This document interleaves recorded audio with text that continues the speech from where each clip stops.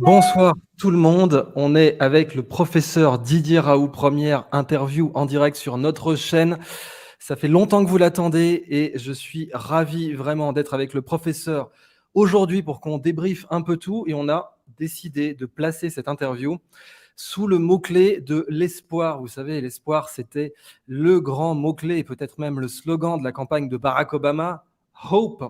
Et alors, l'espoir contre quoi? Eh bien, c'est ça la grande question. Et avant de donner la parole au professeur, j'aurais voulu citer un passage très connu du roman de George Orwell, 1984. Vous savez, 1984, apparu en 1950, et envisageait donc un monde post-apocalyptique après que Londres ait été frappé par une bombe atomique, et où vous aviez trois empires qui se combattaient juste pour maintenir leur pouvoir politique en place, mais sans avoir de réel intérêt à se combattre autrement, et qui avaient tous mis en place une guerre mondiale contre l'intelligence, une guerre mondiale contre la science, une guerre mondiale contre le beau, une guerre mondiale contre le vrai.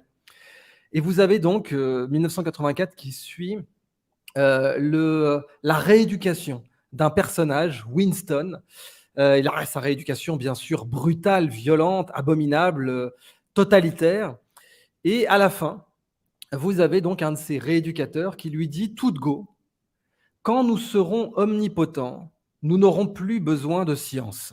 Il n'y aura plus de distinction entre le beau et le laid. Il n'y aura plus de curiosité. Il n'y aura plus même d'appréciation du processus de vie. Tous les plaisirs seront détruits. Mais toujours, n'oubliez pas, Winston, toujours, il y aura l'intoxication, l'ivresse du pouvoir, en permanence, en train d'augmenter et toujours en train de croître subtilement. Toujours, à chaque moment, vous aurez le frisson de la victoire, la sensation d'écraser votre ennemi qui est sans défense. Si vous voulez une image du futur, imaginez une botte écrasant une face humaine pour toujours. Alors, nous n'aurons plus besoin de science. C'est un peu ce qui a semblé être le cas là, dans les 3 dernières années, où la science a pu être dévoyée, trahie, où on a vu vraiment de tout, et en particulier des phénomènes sociologiques qui étaient connus depuis le Moyen Âge et qu'ont bien connu le professeur Raoult, mais aussi le docteur Fouché, mais aussi le professeur Perron, mais aussi la docteure Alexandra Orion-Caude, qu'on appelait furor academicus. Furor academicus. Quand vous avez une sorte d'hystérie, une sorte de spasme de guerre au sein de certains pairs dans le monde universitaire qui perdent toute rationalité et qui se mettent à propager les informations les plus contradictoires. D'ailleurs, c'est dans 1984, puisque vous avez le double pensée dans 1984, c'est-à-dire propager une idée et son contraire pour confondre les gens, pour les rendre complètement sans défense intellectuellement. Et je voulais simplement ouvrir là-dessus. Il fallait quand même qu'on débriefe sur cette actualité-là. Pendant presque 6 mois, professeur Raoult, vous avez été faussement accusé, mais alors faussement, et le ministère de la Santé vient de vous donner raison. Vous avez été faussement accusé d'avoir pratiqué des essais sauvages. C'est ce qui est apparu dans tout un tas de journaux qui n'ont de toute évidence ou pas vérifié leurs sources, ou bien qui étaient parti pris, qui avaient une ligne éditoriale qui ne correspondait pas aux faits. Et je voulais simplement revenir là-dessus sur le terme de double pensée, parce qu'il y a 3 ans, et j'avais bien suivi l'affaire, on vous avait accusé, entre guillemets, de ne pas avoir mené d'essai clinique sur l'hydroxychloroquine. On a dit voilà, ce n'était pas un essai randomisé en double aveugle.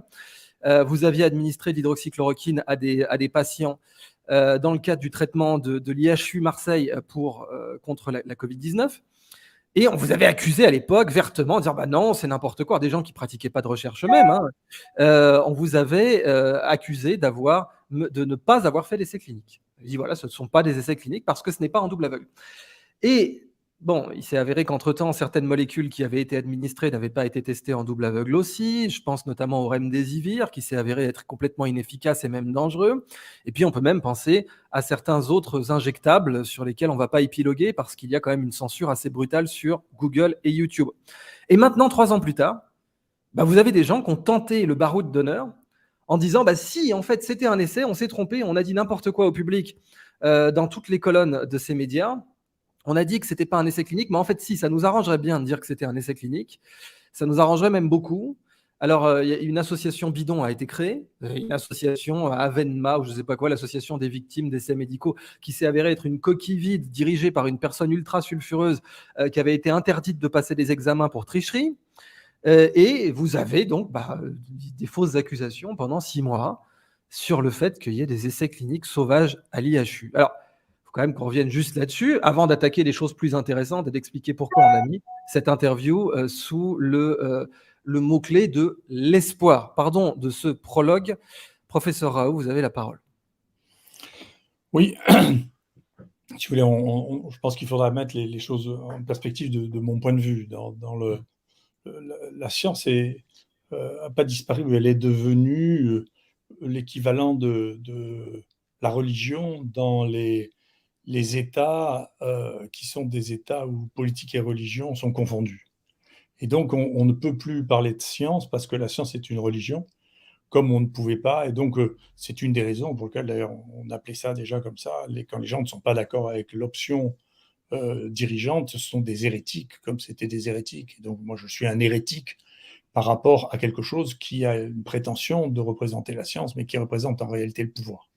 Et donc, c'est ce qui explique une telle intensité, d'ailleurs, dans le débat, c'est que c'est une hérésie, et ces hérésies scientifiques qui sont liées à une pensée religieuse générale, ça a donné déjà lieu aux plus grands conflits scientifiques qu'on ait observés.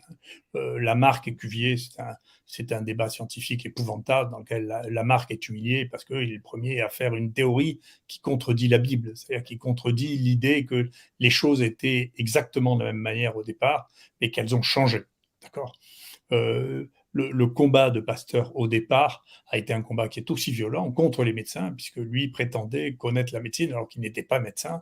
Et il a eu un combat, je recommande d'ailleurs ce livre de Latour qui était un très beau livre sur Guerre et paix des microbes, qui était un combat politique là aussi. Et il ne faut pas oublier que Pasteur a réussi en France à imposer son point de vue parce qu'il était de droite bonapartiste.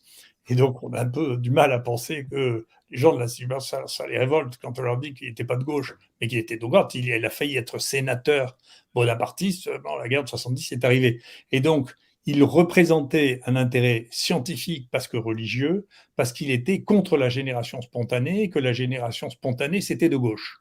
Et donc, les gens de droite étaient toujours pareil. Ça existait déjà parce que ça a été créé par Dieu, donc il n'y a pas de génération spontanée, tandis que la gauche pensait que la génération spontanée, je ne le dirai plus maintenant, parce que ça s'est avéré être faux, la gauche pensait que la génération spontanée existait. Vous savez que la première épreuve scientifique est montrée Pasteur, c'est la cornue qui montre que si on ne laisse pas rentrer l'air, il n'y a pas de fermentation parce qu'il n'y a pas de génération spontanée. Donc tous ces grands conflits qui sont tous dans nos mémoires, en réalité, sont des conflits religieux. Et donc là, on est dans un conflit religieux depuis le départ. On est dans un conflit religieux qui est... on a remplacé, c'est un peu le thème de Marcel Gauchet, on est rentré dans le désenchantement. Le monde n'est plus enchanté par Dieu depuis le 19e siècle. Il est remplacé par le positivisme, et le positivisme dit que finalement tout va devenir scientifique et que le pouvoir qui ne peut plus s'exercer au nom de Dieu, le pouvoir va s'exercer au nom de la science. C'est très intéressant. Moi, j'ai entendu récemment, ou j'ai réentendu une phrase de M. Philippe quand il était Premier ministre qui dit « je fais ça au nom de la science ». Donc c'est très intéressant parce que ce que Philippe comprenait, ou bien alors le dernier ministre de la Santé là, qui dit d'ailleurs en critiquant de mes travaux, je dis ça au nom de la science. Quelqu'un qui n'a jamais fait de science, c'est quelque chose qui montre bien que la science a perdu de sa factualité. Donc c'est plus de science dont on parle, mais c'est de la religion de la science. Et la religion de la science actuellement est une religion qui va très mal parce que la science, une partie de la science, a perdu incroyablement ces dernières années de son efficacité. Et c'est le cas en particulier de la science de l'industrie pharmaceutique, puisqu'il y a très peu de médicaments dont on ait besoin, et il y a très peu de médicaments qui soient créés, et l'industrie pharmaceutique n'a jamais gagné autant d'argent. Et donc, en plus, il existe une disproportion dans notre époque dans la taille d'un certain nombre de multinationales et celle de budget moyen. le budget, le conseil, le chiffre d'affaires de Pfizer de 80 milliards en 2021, c'était l'équivalent de, euh, je sais pas, du centième pays en termes de PIB. Donc c'est absolument énorme. Donc cette excroissance monstrueuse de ces multinationales à côté de pays qui ne sont pas préparés à ça, et avec, pour ce qui concerne et ce qui va concerner l'industrie pharmaceutique, l'a priori que c'est le progrès et que c'est pour le bien de l'humanité. Moi, je ne crois pas que ce soit le diable non plus. Je crois que c'est une industrie comme une autre et que quand il y a des sommes d'argent de cette taille-là, il y a toujours de la corruption. On n'a pas d'exemple inverse. Et on sait bien que l'industrie pharmaceutique est corrompue comme les autres. Ils sont condamnés une dizaine de fois par an aux États-Unis à verser des centaines de millions, voire des milliards. Donc, ce n'est pas une grande découverte, ni d'être complotiste, qui est cette espèce de terme dans lequel on a réussi à mettre les gens qui n'étaient pas d'accord, qui sont devenus des complotistes, comme ils étaient tous d'accord entre eux pour être contre le progrès. Vous voyez, donc, si on remet en cause le modèle religieux actuel, qui est le progrès va venir par la science pharmaceutique, ce que je ne crois pas. Hein. Et non seulement je ne crois pas, mais c'est quelque chose qu'on sait, il suffit de regarder. Il y a eu un décrochage. Normalement, plus on devenait riche, plus on vivait longtemps. C'est quelque chose d'assez factuel dans l'histoire de l'humanité. Et maintenant, paradoxalement, c'est dans les pays les plus riches que l'espérance de vie est en train de diminuer, et de manière incroyablement sévère. C'est-à-dire le pays qui est le plus riche et qui met le plus d'argent dans la santé et qui a le plus d'industrie pharmaceutique, c'est les États-Unis, ont tout compris une espérance de vie qui est de l'ordre de 76 ans. C'est moins que les pays du Maghreb, c'est moins que la Chine, c'est moins que le Kerala. Donc c'est inouï de voir que c'est pas vrai que le pays du progrès entraîne un progrès de la vie humaine. Au contraire, ça diminue. Et plus on rajoute d'argent, et plus on meurt jeune. Et donc, c'est une leçon qui est une leçon considérable et qui entraîne un malaise qui est considérable. Donc, le décrochage, on sait très bien, ça, l'OCDE le publie depuis des années, il y a eu un décrochage à un moment entre le financement par tête d'habitant de la santé, qui, à partir de 10 000 $ est sans intérêt, mais ce qui s'est passé depuis 5 ans, c'est contre-productif. C'est-à-dire que plus on met d'argent, plus les gens meurent jeunes. Et ce qui est quand même un phénomène de retournement de la pensée qui est extraordinaire et qui ne peut pas ne pas aller avec des tensions qui sont extrêmes. Et donc, si on commence à dire ça, si on commence à dire que l'industrie pharmaceutique ne répond pas à cette espèce de défi complètement délirant de on va tous vivre 120 ans et on va vous transformer, on va vous changer les organes, les oreilles, le nez, que les milliardaires espèrent depuis l'aube de l'humanité. Il n'y a rien de nouveau. Tous les gens, quelqu'un qui a tellement de pouvoir et tellement d'argent ne peut pas imaginer qu'il va mourir comme tout le monde, comme son voisin. C'est inimaginable. Et donc, il imagine toutes les ressources possibles. Avant, c'était la magie, et puis c'était les dieux, et puis c'était l'alchimie, et maintenant, c'est la science qui va permettre de vivre 120 ans. Mais c'est pas vrai, on ne vivra pas 120 ans, c'est ridicule. Donc, cette prise de conscience extraordinaire qui ne suffira pas de rajouter de l'argent pour pouvoir vivre plus longtemps, mais il faut faire un peu moins l'imbécile, il faut faire un peu contrôler la consommation du sucre et pas boire des fructoses du matin au soir. Déjà, ça fera gagner quelques années de vie aux États-Unis, plutôt que d'inventer des médicaments dont l'usage ne se révèle pas être supérieur à celui des molécules anciennes. Et par ailleurs, le principe même du progrès, tel que nous l'avons conçu, nous, en Europe, au début du 19e siècle, avec l'invention du brevet, fait que l'obsolescence est co-naturelle au progrès. C'est-à-dire que le principe même du brevet, c'est que ça dure que 20 ans, et que donc, ça sera dépassé et remplacé par quelque chose qui marchera mieux. Et c'est pas vrai pour la chimie, ça. C'est une molécule chimique, c'est éternel.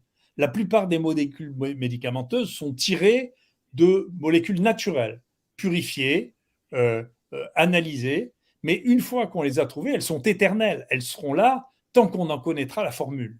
Donc, l'idée du progrès par le brevet sur des molécules chimiques est un contresens. Quand on ne savait rien, bien sûr, on a avancé, mais maintenant il n'y a pas de progrès parce que la masse des molécules que nous connaissons est tellement importante que la seule manière de laisser de la place aux nouvelles molécules, c'est de détruire les anciennes molécules, et c'est un des éléments du conflit actuel, c'est faisons disparaître les anciennes molécules. Donc vous voyez bien, l'hydroxychloroquine en est une, mais vous voyez bien qu'on n'arrive plus à avoir les molécules génériquées parce qu'on ne les produit plus, et puis de toute manière, ça n'intéresse personne, parce que ça ne rentre pas dans le modèle capitalistique de l'obsolescence. Et ça, c'est terrible. Et donc, c'est ce conflit monstrueux entre les gens les plus puissants financièrement au monde, avec un monde qui s'écroule sous leurs pieds. Et donc ça, c'est un véritable problème. Mais avant, notamment au CNRS, il y avait une certaine dignité à savoir dire non, soit aux grands bailleurs de fonds, soit aux grandes multinationales, en particulier dans leur influence. Je me rappelle l'époque bénie où les chercheurs français étaient ravis de battre Craig Venter de la société Celera pour le séquençage du génome humain. On se rappelle qu'il avait voulu séquencer le génome humain avant tout le monde et le breveter, le déposer en propriété intellectuelle. Et que là, un consortium de chercheurs, notamment français, s'était dit non, on va dire non à cette multinationale qui est dangereuse et qui a des ambitions inquiétantes, et on va mettre ça dans le domaine public pour bénéficier au plus grand nombre. En parallèle de ce que vous avez dit, je rappelle aussi quelques faits, quelques actualités. Ce que vous avez décrit, c'est le milliardaire, Brian Johnson, qui a déclaré dépenser 2 millions de dollars par an pour inverser son vieillissement et qui s'injecte régulièrement le plasma de son fils de 17 ans. J'ai oublié comment s'appelle cette procédure en biologie, vous savez ça mieux que moi. Et donc, en effet, Brian Johnson a 45 ans et aujourd'hui, il dépense 2 millions par an, en espérant bien sûr en faire une norme. Et là aussi, on revient sur 1984. Donc, oui, c'est vous savez, tout ça est écrit. Après, c'est difficile de faire des synthèses, mais tout ça est écrit. Vous savez, le principe des vampires, c'est jamais que d'autres. C'est ça. Les vampires vivent éternellement parce qu'ils consomment le sang des jeunes et des jeunes adultes, si vous voulez. Et donc, tout ça, cette volonté de vivre plus longtemps ou de vivre éternellement, c'est une volonté qui est, bien sûr, je l'entends d'ailleurs, je comprends bien que la puissance d'un milliardaire qui a des milliards dont il ne sait pas quoi foutre, parce que de toute manière, on ne peut pas bouffer du matin au soir, on peut pas, le temps est limité, où à la fin, il dit mais c'est impossible que cette puissance ne serve à rien, parce que ça ne sert à rien quand même, c'est une puissance qui est totalement inutile. Et donc, c'est terrifiant d'avoir une puissance aussi inutile et de ne pas pouvoir même gagner quelques jours. C'est terrifiant. Et donc, c'est cette disproportion absolument considérable de la puissance financière, si vous voulez, individuelle, avec l'absence totale d'intérêt à en faire quelque chose. Parce que je ne sais pas quel milliardaire a 17 maisons différentes, mais il peut même pas aller dans chacune une fois par an, vous voyez. Donc, tout ça, c'est cette énorme puissance financière dont on ne sait pas quoi faire, finalement, devient une terriblement angoissante, si vous voulez, parce que on voudrait bien pouvoir dire qu'on a plus de choses ou accès à plus de choses. Alors ça peut être la jeunesse ou l'extrême jeunesse par des comportements sexuels ou de consommation de produits de jeunesse, si vous voulez, pour manger de la jeunesse, pour continuer à être jeune. Et donc mais c'est un phénomène qui est encore une fois aussi vieux que l'histoire de l'humanité. Il y a plein d'histoires comme ça. Et concernant la possibilité de faire des contre-pouvoirs à ces multinationales, donc pas seulement aux milliardaires en tant que personnes physiques, mais quand on parlait donc du cas de Craig Venter, encore une fois, dans les années 90, début 2000, on voyait cette sorte de fierté du CNRS, des chercheurs publics français, de s'opposer à une tentative de privatisation du génome humain. Et 20 ans plus tard, presque 25 ans plus tard, on a en fait une privatisation qui est plus globale, qui est la pensée dominante. C'est ce qu'on a vraiment vu dans le cas de vos travaux de recherche, alors vos travaux récents, bien sûr, vos travaux liés au Covid, parce que l'IHU ne fait pas que ça, et a fait tout un tas d'autres découvertes entre-temps, dont on va parler d'ailleurs. Mais il y a eu une tentative de privatiser la pensée dominante. C'est-à-dire que là, ce que disait Pfizer, société multicondamnée, plus de 6 milliards de dollars d'amende cumulées, et pour des choses extraordinairement graves, notamment en Afrique, avec des homicides, etc., et bien là, d'un coup, ce que disait le là qui était donné par une multinationale, soit par Pfizer, soit par Gilead, dans le cas du remdesivir, qui encore une fois était une charlatanerie, puisque c'était une molécule qui ne fonctionnait pas et qui mettait en danger la vie des patients, aujourd'hui, pourquoi on n'a plus ça ? Parce que dans les années 90, il y avait aussi des multinationales, mais pourquoi des chercheurs du CNRS arrivaient à s'y opposer par pure dignité, par pure panache, j'ai envie de dire. Ils se disaient, bah non, no passaran, on va refuser que ces multinationales puissent donner le là de la science. Je m'excuse de vous redire ça, mais je connais bien les choses de cette époque et je connais bien les acteurs. Je ne suis pas convaincu du tout par Ouais, ça. c'était déjà Monsanto, tout ça, c'était déjà, le verre était Non, dans le... il y a plusieurs choses, si vous voulez. Il y a l'argent. L'argent est une chose. Euh, L'argent est une chose. Il y a une autre chose qui est la recherche est quelque chose qui est effroyablement élitiste. Effroyable. Et donc, on a transformé la recherche, y compris au CNRS, en quelque chose qui n'est plus du tout élitiste, mais qui est nous sommes tous pareils. Et je peux vous dire, parce que ça, si vous voulez vraiment connaître l'histoire du génome, Craig Venter, c'était sa propre société, a créé une société qui s'appelait Tiger, qui avait décidé, lui, de faire lui tout seul le génome humain, qui était, pour les pays européens, de toute manière, c'est imbrevetable. Un génome n'est pas brevetable. Ouais. Donc, c'était pas une issue en soi. Mais aux États-Unis, si. C'était vraiment pour Aux les États-Unis. États-Unis, oui. Moi, je crois que le fond de ce qu'il voulait, c'était il voulait avoir le prix Nobel. C'est ce que je crois. Ouais. C'est pas que je le crois, c'est que je le sais, parce que j'ai des informations que vous n'avez pas. Mais ce qui s'est passé en France, dans le même temps, pour que vous compreniez ce qui s'est passé, en même temps, en France, en 1981, sont arrivés à la direction de l'INSERM, pas trop du CNRS, mais le CNRS a suivi l'INSERM parce que c'était l'INSERM, la recherche médicale, des cinglés, des coupeurs de tête. Il est arrivé, c'est le retour de Robespierre qui arrive, il faut leur couper la tête, comme dans Alice au pays de la merveille, qu'on leur coupe la tête. Et donc, ils ont décapité les 4 savants les plus connus de la recherche médicale de France, dont l'un était le seul prix Nobel en activité, qui s'appelait Jean Dossé, parce qu'il avait découvert génétique des réactions immunitaires, de tout ce qui permet la greffe actuellement. On n'aurait pas pu greffer si on n'avait pas eu les travaux de Jean Dossé. Jean Dossé reçoit le prix Nobel et Philippe Lazare, nommé directeur de l'INSERM, décide que tout ça, on ne peut pas diriger une unité de plus de 12 ans parce qu'il faut que ça tourne. Et donc, tous les gens qui ont une unité de plus de 12 ans, il faut les virer. Et donc, il vire Jean Dossé, qui n'a pas 65 ans, hein, mais parce qu'il a son unité depuis plus de 12 ans. Il vire Maté, qui va inventer l'immunothérapie et qui va inventer le traitement du cancer de la vessie par des bactéries, en réalité par le BCG. Il vire Minkowski, qui avait inventé la réanimation néonatale, et il va virer Hamburger, qui avait fait les premières greffes. Donc, je ne sais pas si vous vous rendez compte, ce qu'il faut comme folie pour virer ces 4 personnes, c'est des dingues. Et Jean Dossé, coup de chance, parce que la vie est comme ça, quand il reçoit le prix Nobel, il y a une famille norvégienne qui apprend que c'est Jean Dossé, et la famille de Jean Dossé avait caché la famille de cette femme qui était très riche pendant la guerre, qui étaient des gens, je crois, qui avaient une collection de tableaux, mais je me trompe peut-être. Et elle lui fait un don d'argent considérable.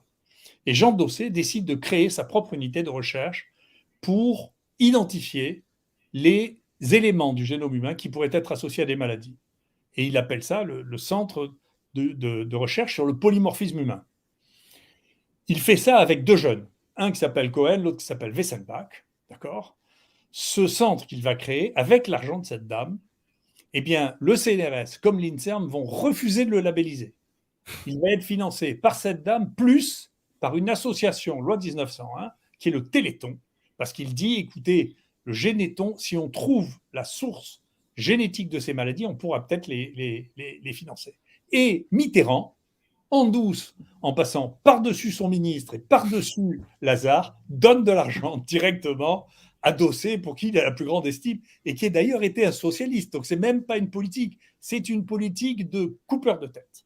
Et ça, c'est la France. Et ce qui se passe, c'est que ça, dans le centre du polymorphisme humain, ces 2 mecs géniaux, Cohen et Wessenbach, vont trouver qu'au lieu d'essayer de séquencer tout le génome, il faut le couper en petits morceaux et séquencer les morceaux les uns après les autres. Et ça va faire gagner 10 ans dans toutes les perspectives de séquençage du génome humain.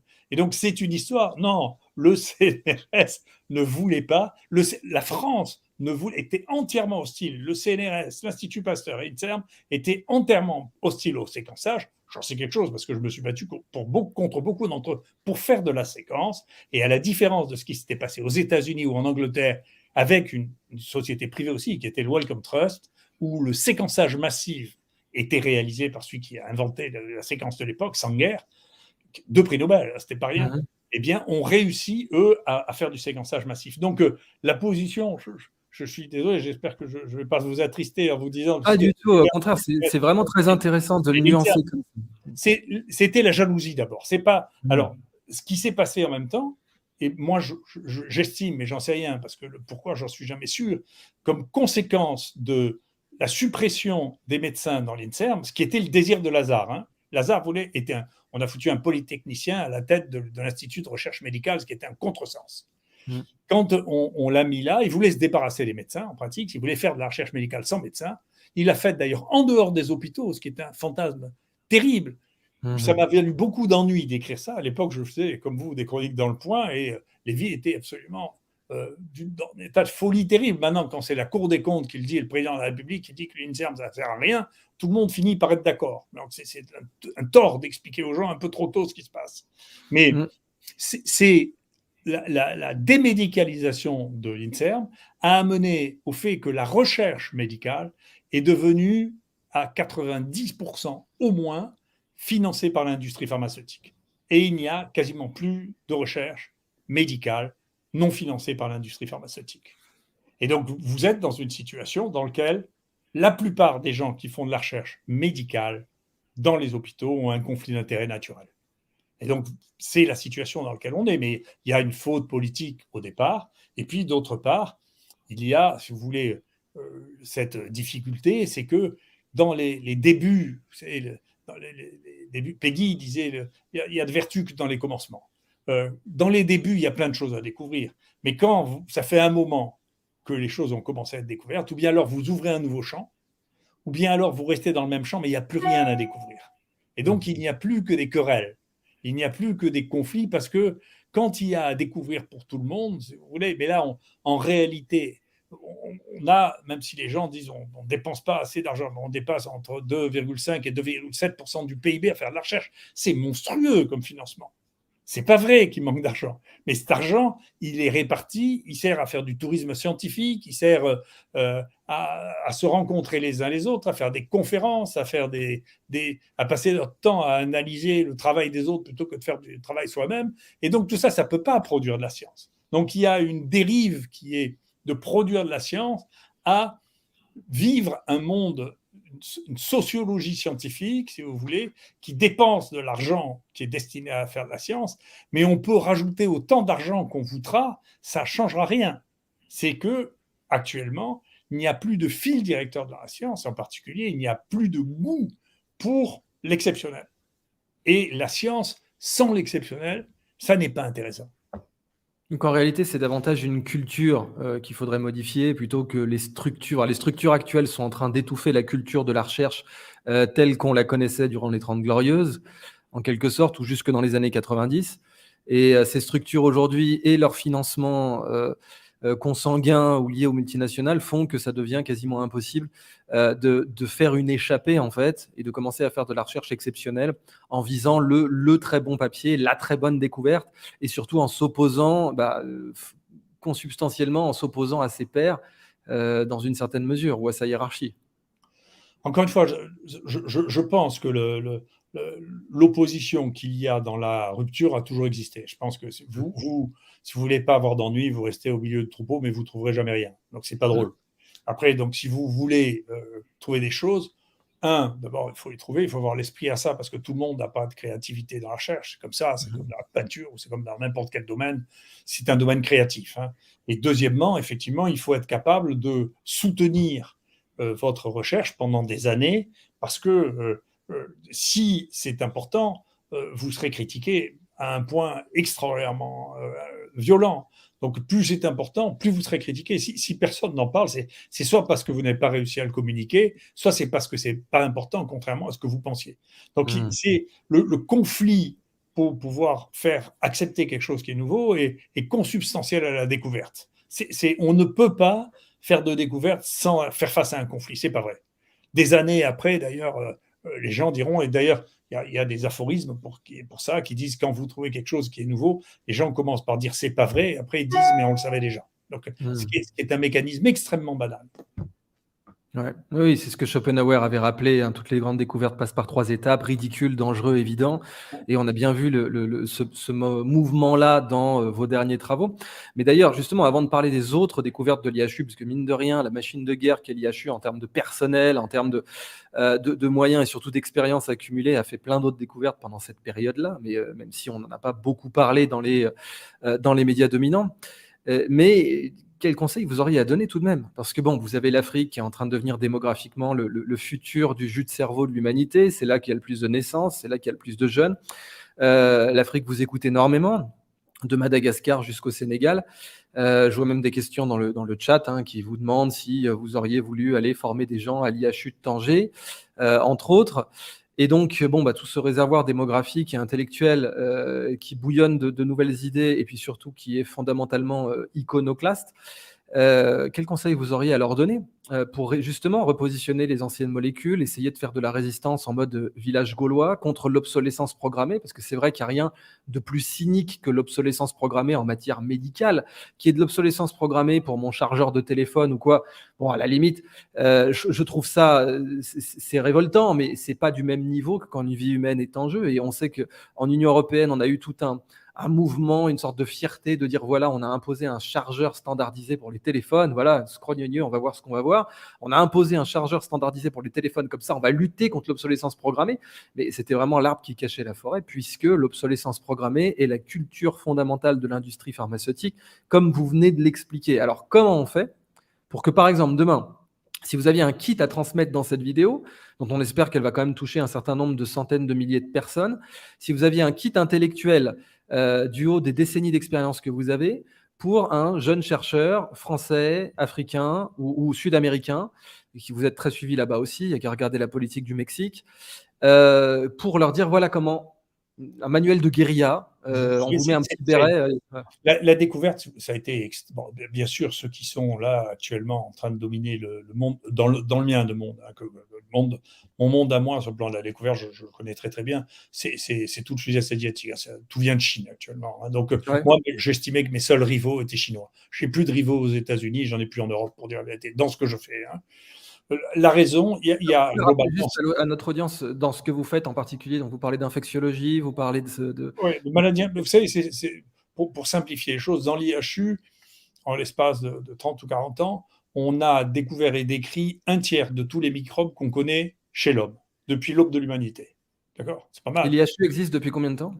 L'IHU lui-même, il existe depuis 2010, d'accord? Mais moi, j'ai monté mon unité, j'ai commencé en 1984, ça, il y a longtemps, j'étais jeune, hein. Donc, avec toute la bande autour. Donc, on a déstabilisé tout le monde des virus parce qu'on a découvert des virus géants, les premiers virus Ça, géants. on va en reparler après, les mammavirus. Bien sûr, tout le microbiote, toute la nature même du microbiote humain et les microbes cultivés du microbiote humain, on en a fait 90%. D'accord? Donc, on a passé notre vie à découvrir des maladies, des thérapeutiques et des microbes. Donc, si vous voulez, et la raison, c'est qu'effectivement, on est dans une. C'est pas un choix, en réalité, c'est une nature. On est dans la nature de la découverte. Il se trouve que moi, je pense vraiment que depuis 30 ans, la biologie est l'équivalent, exactement, si vous faites un parallèle, c'est exactement la découverte de la géographie à la fin du XVe siècle. C'est Christophe Colomb. D'accord? Moi, je me sens plus près de Christophe Colomb que, y compris d'un certain nombre de prix Nobel de médecine du XXe siècle, dont je rien n'affiche, parce que de toute manière, quelqu'un l'aurait trouvé. L'audace qui fait, à propos d'une proposition qui est fausse, que je vais voir quand même, si vous voulez, et quand je découvre, et qui va ouvrir, changer brutalement toute la vision. Il va falloir réécrire toutes les cartes, changer toutes les théories, ou, pour reprendre, si vous ne voulez pas prendre Christophe Colomb, Pythéas, qui est un Marseillais, d'origine grecque, bien sûr, qui au IVe siècle avant Jésus-Christ, prend un bateau et va jusqu'à Norvège, découvrir les icebergs, découvrir l'Angleterre et découvrir le soleil de minuit. Vous savez combien de temps il a fallu pour qu'on sache que ce qu'avait dit Pythéas était vrai? Est-ce que vous savez combien de temps il a fallu pour que notre société l'accepte? Vous savez? Presque 1000 ans. 18 siècles. 18 Ouais. siècles. D'accord? Donc, toute la géographie qu'on apprenait de Ptolémée disait que c'était un fantasme de Philéas et que ce n'était pas vrai. Il décrivait des montagnes de glace et c'était radicalement contre tout concept qu'il pouvait y avoir un endroit où il n'y avait pas de jour et de nuit. C'était pas pensable, d'accord? Donc, vous savez, c'est pas, tout ça n'est pas nouveau. Mais là, on est dans une période comme la période des grands navigateurs. Donc, il faut aller regarder parce qu'on a un nouvel outil, on a un horizon qui est ouvert. Et donc, en réalité, ce que je suggère, si des gens veulent découvrir, il y a 3 grands épistémologistes qui ont décrit ce qu'était le mécanisme de la découverte. Donc, le premier, c'est Popper, qui décrit, qui dit, écoutez, chaque nouvel outil change l'observation et donc change notre champ de connaissances. Et donc, moi, ça a été une de mes stratégies majeures. J'ai fait la course aux armements. J'ai toujours eu, pendant toute ma vie, le laboratoire, ou au moins depuis 30 ans, le laboratoire de microbiologie le mieux équipé techniquement au monde. Parce que l'innovation était technologique beaucoup plus que médicamenteuse. Et donc, la technologie, ça me plaisait. Voilà. Donc, j'ai eu les premiers séquenceurs automatiques en microbiologie au monde. C'est moi qui l'avais dans mon laboratoire depuis 92. Et puis après, j'ai continué à faire des séquences de plus en plus haut niveau, quand en France, les gens refusaient de faire du séquençage de bactéries. Ensuite, on a eu les Malditoff. Donc là, c'était les protéines qu'on regardait. On avait le parc de Malditoff le plus abondant au monde. On avait 8 Malditoff, là où le deuxième laboratoire au monde, Brucker qui m'a dit ça à l'époque, on avait 3. D'accord? Et puis ensuite, là maintenant, on est encore sur autre chose qui est le prochain outil que je suis en train de mettre en place. Et donc, chaque outil permet de voir une partie du monde qui était inconnue jusqu'à l'existence de cet outil. Et donc, il faut se précipiter sur les outils. Ça, c'est la première chose. La deuxième chose, c'est la leçon de Kuhn qui dit il faut changer de paradigme parce que ça ne suffit pas de changer d'outil. C'est ce qui explique ces énormes tensions entre le moment où l'outil nouveau a permis de voir quelque chose de nouveau et le moment où on arrive à détruire la théorie scientifique antérieure, parce qu'il faut changer de paradigme. C'est le grand mot de Kuhn. Et donc, à un moment, il ne faut plus croire, Nietzsche disait ça, il faut briser son cœur vertueux de ses maîtres. Au bout d'un moment, il ne faut plus croire ce qu'on vous a enseigné parce que c'est jamais vrai. D'accord? Et ça, c'est extrêmement difficile parce que plus on vous l'a enseigné tôt, plus c'est faux. D'accord? Et plus c'est difficile d'admettre que c'est faux. Et donc, moi, je vois mes collègues. La neurogénèse en neurosciences, c'est vrai que quand j'étais à Normal Sup, on nous enseignait que les neurones ne se reproduisaient pas dans le système nerveux central chez l'adulte.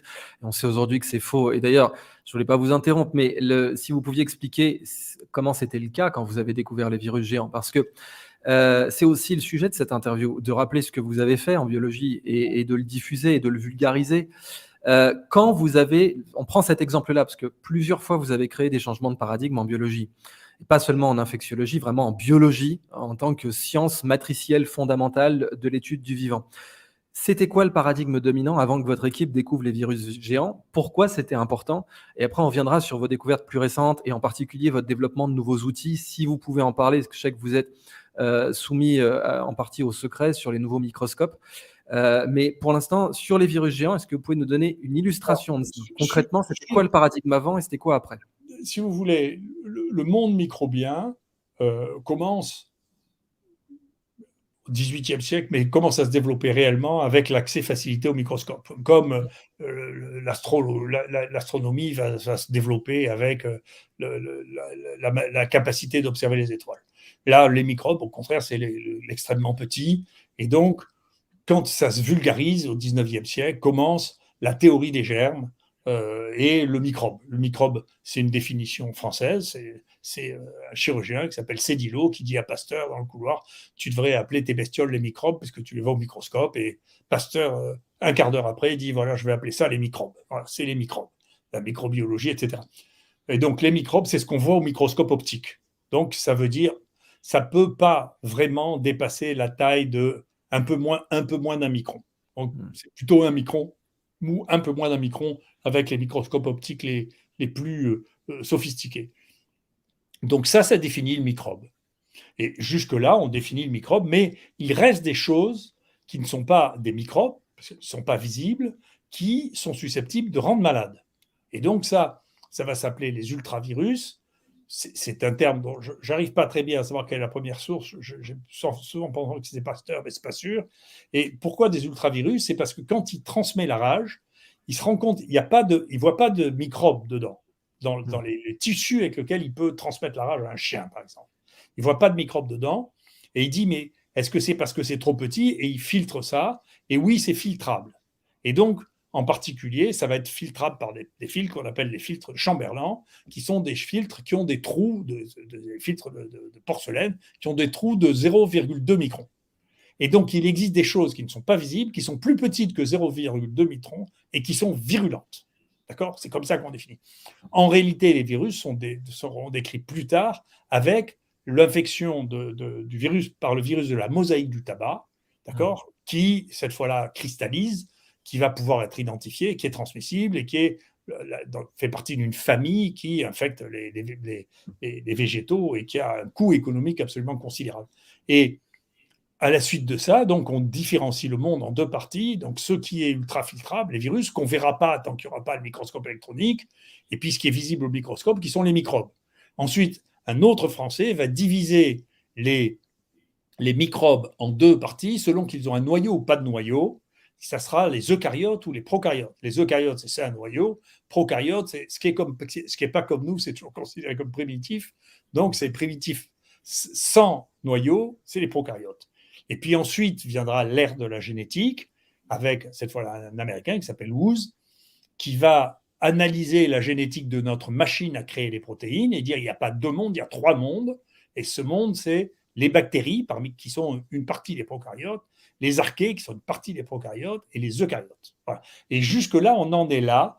Et le mythe du virus filtrable va rester jusqu'au moment où on va introduire, nous, les virus géants, et bouleverser la définition des virus que l'on n'arrive toujours pas à définir maintenant. On ne sait pas, on ne sait plus ce que c'est qu'un virus. Puisqu'il y a la taille, qui était un élément majeur, ne peut plus être retenue. Pas plus que toute la classification actuelle des virus est encore, il y a les virus à ADN et à ARN. Mais les virus géants, ils ont de l'ADN et de l'ARN. Les deux, ils ont des ARN messagers comme les bactéries. Donc, toutes les définitions de virologie sont fausses. Et on n'a pas réussi, parce que la découverte est trop tôt, c'est le début du XXIe siècle, on n'a pas réussi à aménager encore, parce que à chaque fois qu'on fait une théorie, compte tenu du fait qu'on continue à découvrir à haut débit, en réalité, on contredit la théorie par la découverte suivante. Et donc, pour pouvoir établir des théories, il faut un peu de stabilité.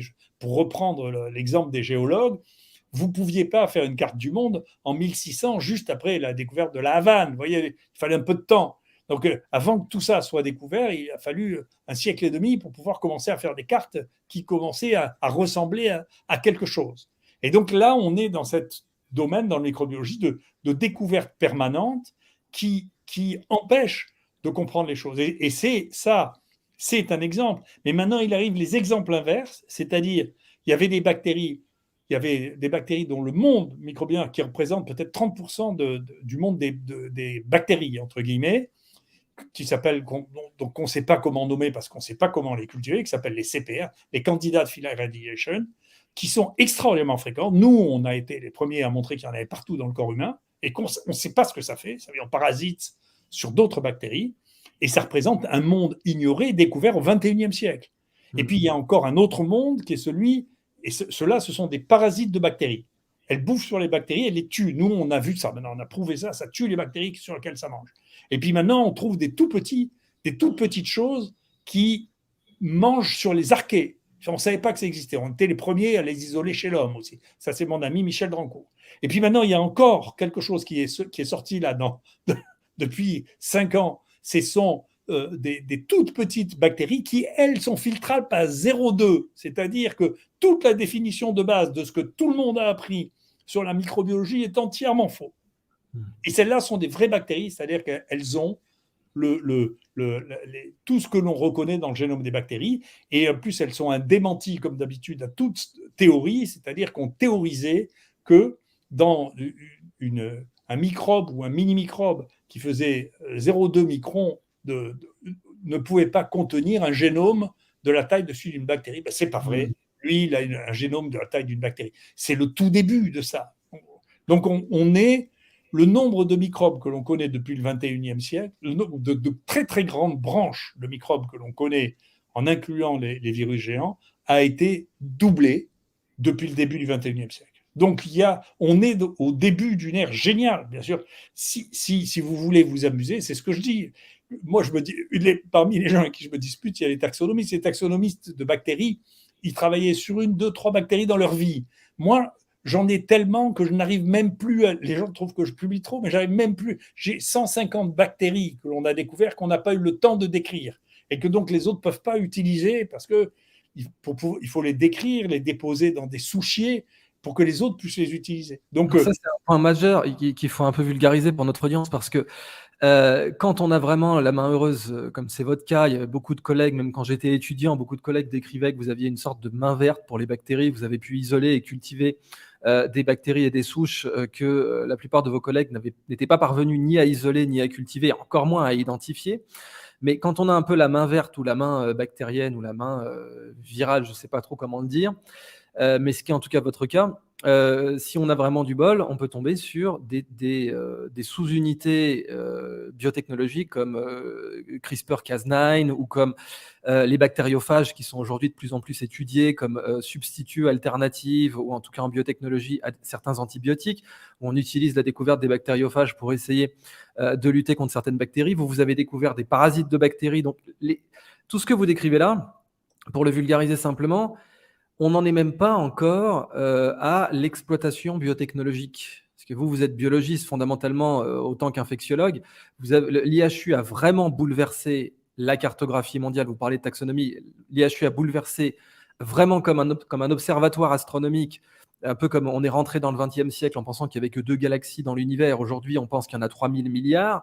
On est rentré dans le XXe siècle en pensant que les bactéries étaient plus grandes que les virus. On en sort avec vos travaux, avec des virus beaucoup plus grands que des milliers, que des dizaines de milliers de bactéries, et des bactéries qui sont par contre de la même taille que certains virus, un peu plus gros que la moyenne. Et donc, on est d'accord, on n'en est même pas encore, de tout ce que vous décrivez là, à l'exploitation biotechnologique. On n'en est même pas encore là. Pour rebondir sur ce que vous dites, si vous voulez, par analogie à la bactériologie, nous, on a trouvé ce que j'ai appelé, j'ai baptisé ça des virophages, c'est-à-dire l'équivalent des bactériophages chez les virus géants. Et puis, on a décrit l'équivalent des CRISPR, mais chez les virus, c'est-à-dire les mimivirus ont un mécanisme de découpage de ciseaux génétiques pour reconnaître et tuer les virus, les virophages qui ont déjà infecté leurs ancêtres, si vous voulez. Donc, les mécanismes d'attaque et de défense des bactéries, on les a tous décrits chez les virus actuellement. Donc, si vous voulez, c'est un monde qui est un monde. Chacun de ces trucs a fait un papier en nature ou en science. Donc, après, quand on m'explique, les gens qui ont publié un papier qui m'explique ce que c'est la science, ça me laisse pantois, si vous voulez. Et ça aussi, non, il faut, pardonnez-moi, je ne vais vraiment pas vous couper, mais c'est vrai qu'il faut le souligner. Bon, on a dit qu'on n'allait pas trop jeter la pierre à ces personnes ou groupes de personnes qui ont de toute évidence souffert aussi d'emportements psychologiques, pour ne pas dire psychiatriques dans certains cas. Il faut être extrêmement clair. J'ai énormément étudié la couverture médiatique, si tant est qu'on puisse la présenter comme ça, de votre personne physique et de votre héritage scientifique. C'était mais très très majoritairement de la foutaise sans nom avec des personnes qui savaient absolument pas de quoi elles parlaient. Et c'est bien pour ça d'ailleurs que dans cette émission on parle de vos découvertes passées et récentes, parce que justement bien sûr les mamavirus, les mimivirus. Mais le point encore plus important, je vous ai dit, si vous aviez un message à donner aux jeunes chercheurs en France, aux jeunes chercheurs en Chine, en Afrique, l'exploitation biotechnologique de ce que vous avez, les pans que vous avez cassés, vous avez ouvert des filons scientifiques, vraiment comme un astronome, vous avez découvert de nouvelles planètes. On peut vraiment considérer, sans parallèle douteux, que ce qu'a fait l'IHU, c'est très comparable aux découvertes qu'a fait l'observatoire Kepler, enfin le télescope Kepler qui a été mis en orbite et qui a découvert toutes ces exoplanètes.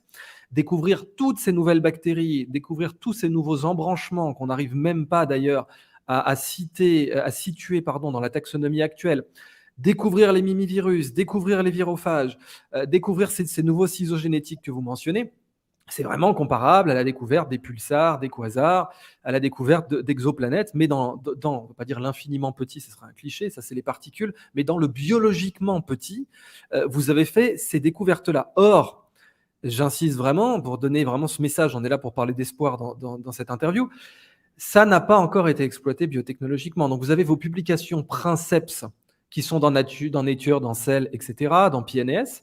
Mais l'exploitation biotechnologique de ce que vous avez découvert, les nouveaux ciseaux à ADN, par exemple, je me rappelle, CRISPR-Cas9, des ciseaux à ADN qui ont été découverts, je crois, il y a 20 ans maintenant, peut-être plus de 15 ans. Avant qu'ils soient en exploitation biotechnologique, il a fallu attendre une dizaine d'années. Ça a amené des milliards, bon, on va parler de brevets encore, mais ça a amené des milliards, des dizaines de milliards. Il y a eu des batailles de brevets entre la France, l'Allemagne, les États-Unis et la Chine autour de CRISPR-Cas9. En réalité, dans votre héritage, je veux vraiment le souligner à toutes nos auditrices, tous nos auditeurs qui s'intéressent à la biologie ou qui ont des amis qui s'y intéressent, dans votre héritage scientifique, il y a des trésors biotechnologiques qui peuvent représenter, je ne plaisante pas, des milliards d'euros, qui peuvent représenter des milliers d'emplois et qui ne sont pas exploités aujourd'hui. Et j'ai même l'impression, et pardon de cette incise, de cette parenthèse, de ce monologue, mais j'avais étudié le cas de ce chercheur soviétique qui avait étudié la furtivité dans les avions. Il avait tout publié en russe sur comment faire des avions furtifs. Et ses collègues en Union soviétique n'ont rien fait de ces travaux. Les Américains ont tout attrapé. Et c'est comme ça qu'ils ont sorti le F-117 et le F-35 et le F-22, qui aujourd'hui sont des programmes à plusieurs milliers de milliards cumulés. Alors, qu'est-ce que vous recommandez? Lesquelles, par exemple, de vos découvertes, vous recommanderiez aux jeunes générations d'exploiter, par exemple? Non, encore une fois, moi, je pense qu'on est encore. Je vais vous donner un exemple de quelque chose que l'on fait chez nous qui peut, que vous pouvez comprendre et qui peut choquer beaucoup de gens, hein, qui est intéressant. Puis je me fâcherai encore un peu plus avec les gens de santé publique qui m'énervent parce que c'est des porteurs de religion et ce n'est pas des scientifiques. Et donc, on est souvent en désaccord. Je sais que Mme Buzyn me déteste parce que je ne suis pas un prêtre. Moi, je suis Mais elle n'est pas scientifique. C'est bon. Elle n'a pas donc, pratique pas la recherche. un des plus gros problèmes de santé actuellement, qui explose aux États-Unis, à côté de l'Europe, mais qui arrive en Europe aussi, c'est ce qu'on appelle la NASH, c'est-à-dire le foie gras non alcoolique. D'accord ? Donc, on connaissait bien, si vous buvez de l'alcool, eh bien, dans un certain nombre de cas, votre foie grossit, il se remplit de graisse, et puis ensuite, vous pouvez avoir une fibrose, et puis ensuite une cirrhose, et ensuite un cancer du foie. C'est la séquence, si vous voulez. Et jusqu'à un passé récent, on ne voyait ça que, ou pratiquement que, avec l'alcool et les hépatites virales. D'abord l'alcool, puis ensuite les hépatites virales quand elles ont explosé liées à l'usage des injections en pratique, qu'on a vu, et ces cirrhoses étaient souvent ce qu'on appelait des hépatites arrosées, c'est-à-dire il y avait un peu d'hépatite, un peu d'alcool. Et puis est arrivé ce truc des NASH, des foie gras non alcooliques, qui a explosé, et actuellement aux États-Unis, il y en a plus, c'est la première cause de maladie hépatique. D'accord ? Donc, qu'est-ce que c'est que cette NASH ? Eh bien, on voit que les gens qui ont de la NASH sont les gens qui mangent du sucre. Et encore plus aux États-Unis, je vous dis tout de suite, il y a des choses que je pense, c'est parce qu'aux États-Unis, ils se bourrent de fructose. Et on a une chance, d'une certaine manière, dans notre réticence avec le principe de précaution, c'est qu'on n'accepte pas, nous, le sucre qui est fabriqué avec du maïs OGM. Et avec le maïs OGM, mais il faut vulgariser ça aussi. Aux États-Unis, il y a le high fructose corn syrup qui n'est pas autorisé en Europe. Et comme il y avait le mot fructose, les gens se disaient c'est bien parce que fructose, c'est les fruits. Et en fait, ce high fructose corn syrup, ils en mettent partout, même dans le sirop d'érable. Il y a la moitié maintenant, un sirop d'érable qui est moitié high fructose corn syrup, moitié sirop d'érable. Et puis même dans le Coca-Cola, bien sûr. Et donc, vous avez observé ça.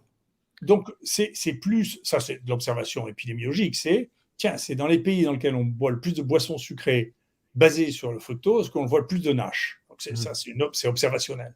Donc nous, on a travaillé sur la NASH, mais comme d'habitude, je regrette parce que c'est un lien, je vous raconterai, qui est encore un lien avec mon père qui doit m'envoyer des signaux de temps en temps. Mon père travaillait sur la nutrition. C'est le premier nutritionniste tropical. Mon père, moi, je suis né dans une unité de recherche que mon père avait créée, d'accord, sur une maladie, la malnutrition africaine au Sénégal, qui s'appelle le corps-à-corps. Et il avait décrit la stéatose. Chez les gens très mal nourris, il y a une stéatose. Comme chez les gens trop nourris, les gros qui bouffent trop de sucre. Et chez les gens qui boivent de l'alcool. Et on ne connaît pas le lien. Je commence à peine à penser qu'on connaît le lien. Mais c'est étrange que ce soit moi qui sois amené à réfléchir dessus. Quoi qu'il en soit, on travaille sur les NASH et les Chinois, c'est pour ça que les Chinois sont toujours devant, les Chinois qui travaillent sur la NASH regardent dans le microbiote digestif s'il y a quelque chose de différent chez les gens qui ont une NASH des gens qui n'ont pas de NASH. Et ils trouvent un microbe, et ce microbe, on ne savait pas que ce microbe faisait de l'alcool, et ils regardent si dans les selles, dans les matières fécales des gens qui ont une NASH, il y a de l'alcool, et la réponse est oui, il y a de l'alcool. Et après, ils regardent si dans le sang des gens qui ont une NASH et qui ne boivent pas du tout d'alcool, il y a de l'alcool, et la réponse est oui, il y a de l'alcool. Donc, en réalité, il y a ce qu'on appelle une brasserie interne, c'est-à-dire chez les gens qui ont une NASH, ils fabriquent de l'alcool, avec du sucre, parce que c'est avec le sucre qu'on fait de l'alcool. Vous savez, c'est la base de la chaptalisation, de la création de l'alcool. C'est des choses sucrées, en particulier les fruits sucrés, parce que le fructose est intermédiaire dans les sucres, dans la création de l'alcool. C'est le dernier sucre avant l'alcool. D'accord ? Et donc, c'est pour ça que c'est avec les fruits fermentés. Dans les fruits fermentés, même si vous les mangez, il y a un peu d'alcool. Donc, l'alcool est naturel. C'est les microbes, en particulier les champignons. Et nous, on commence à travailler là-dessus. On regarde les Klebsiella, on confirme leur travail. Une autre équipe travaille, fait un papier magnifique en montrant que chez les gens qu'on opère et qui ont des NASH, si on regarde, bien sûr, ils n'ont pas bu d'alcool depuis 72 heures. Il ne peut pas y avoir d'alcool. Ils regardent dans les veines qui vont du tube digestif au foie s'il y a de l'alcool, et la réponse est oui, il y a de l'alcool. Donc, il y a bien une brasserie interne qui fabrique de l'alcool. Et nous, on trouve pour la première fois que c'est les champignons qui font ça. D'accord ? Les bactéries en font un peu, mais les champignons en font 10 fois plus. Et donc, on est toujours à regarder, tiens, qu'est-ce qui se passe avec cette brasserie interne ?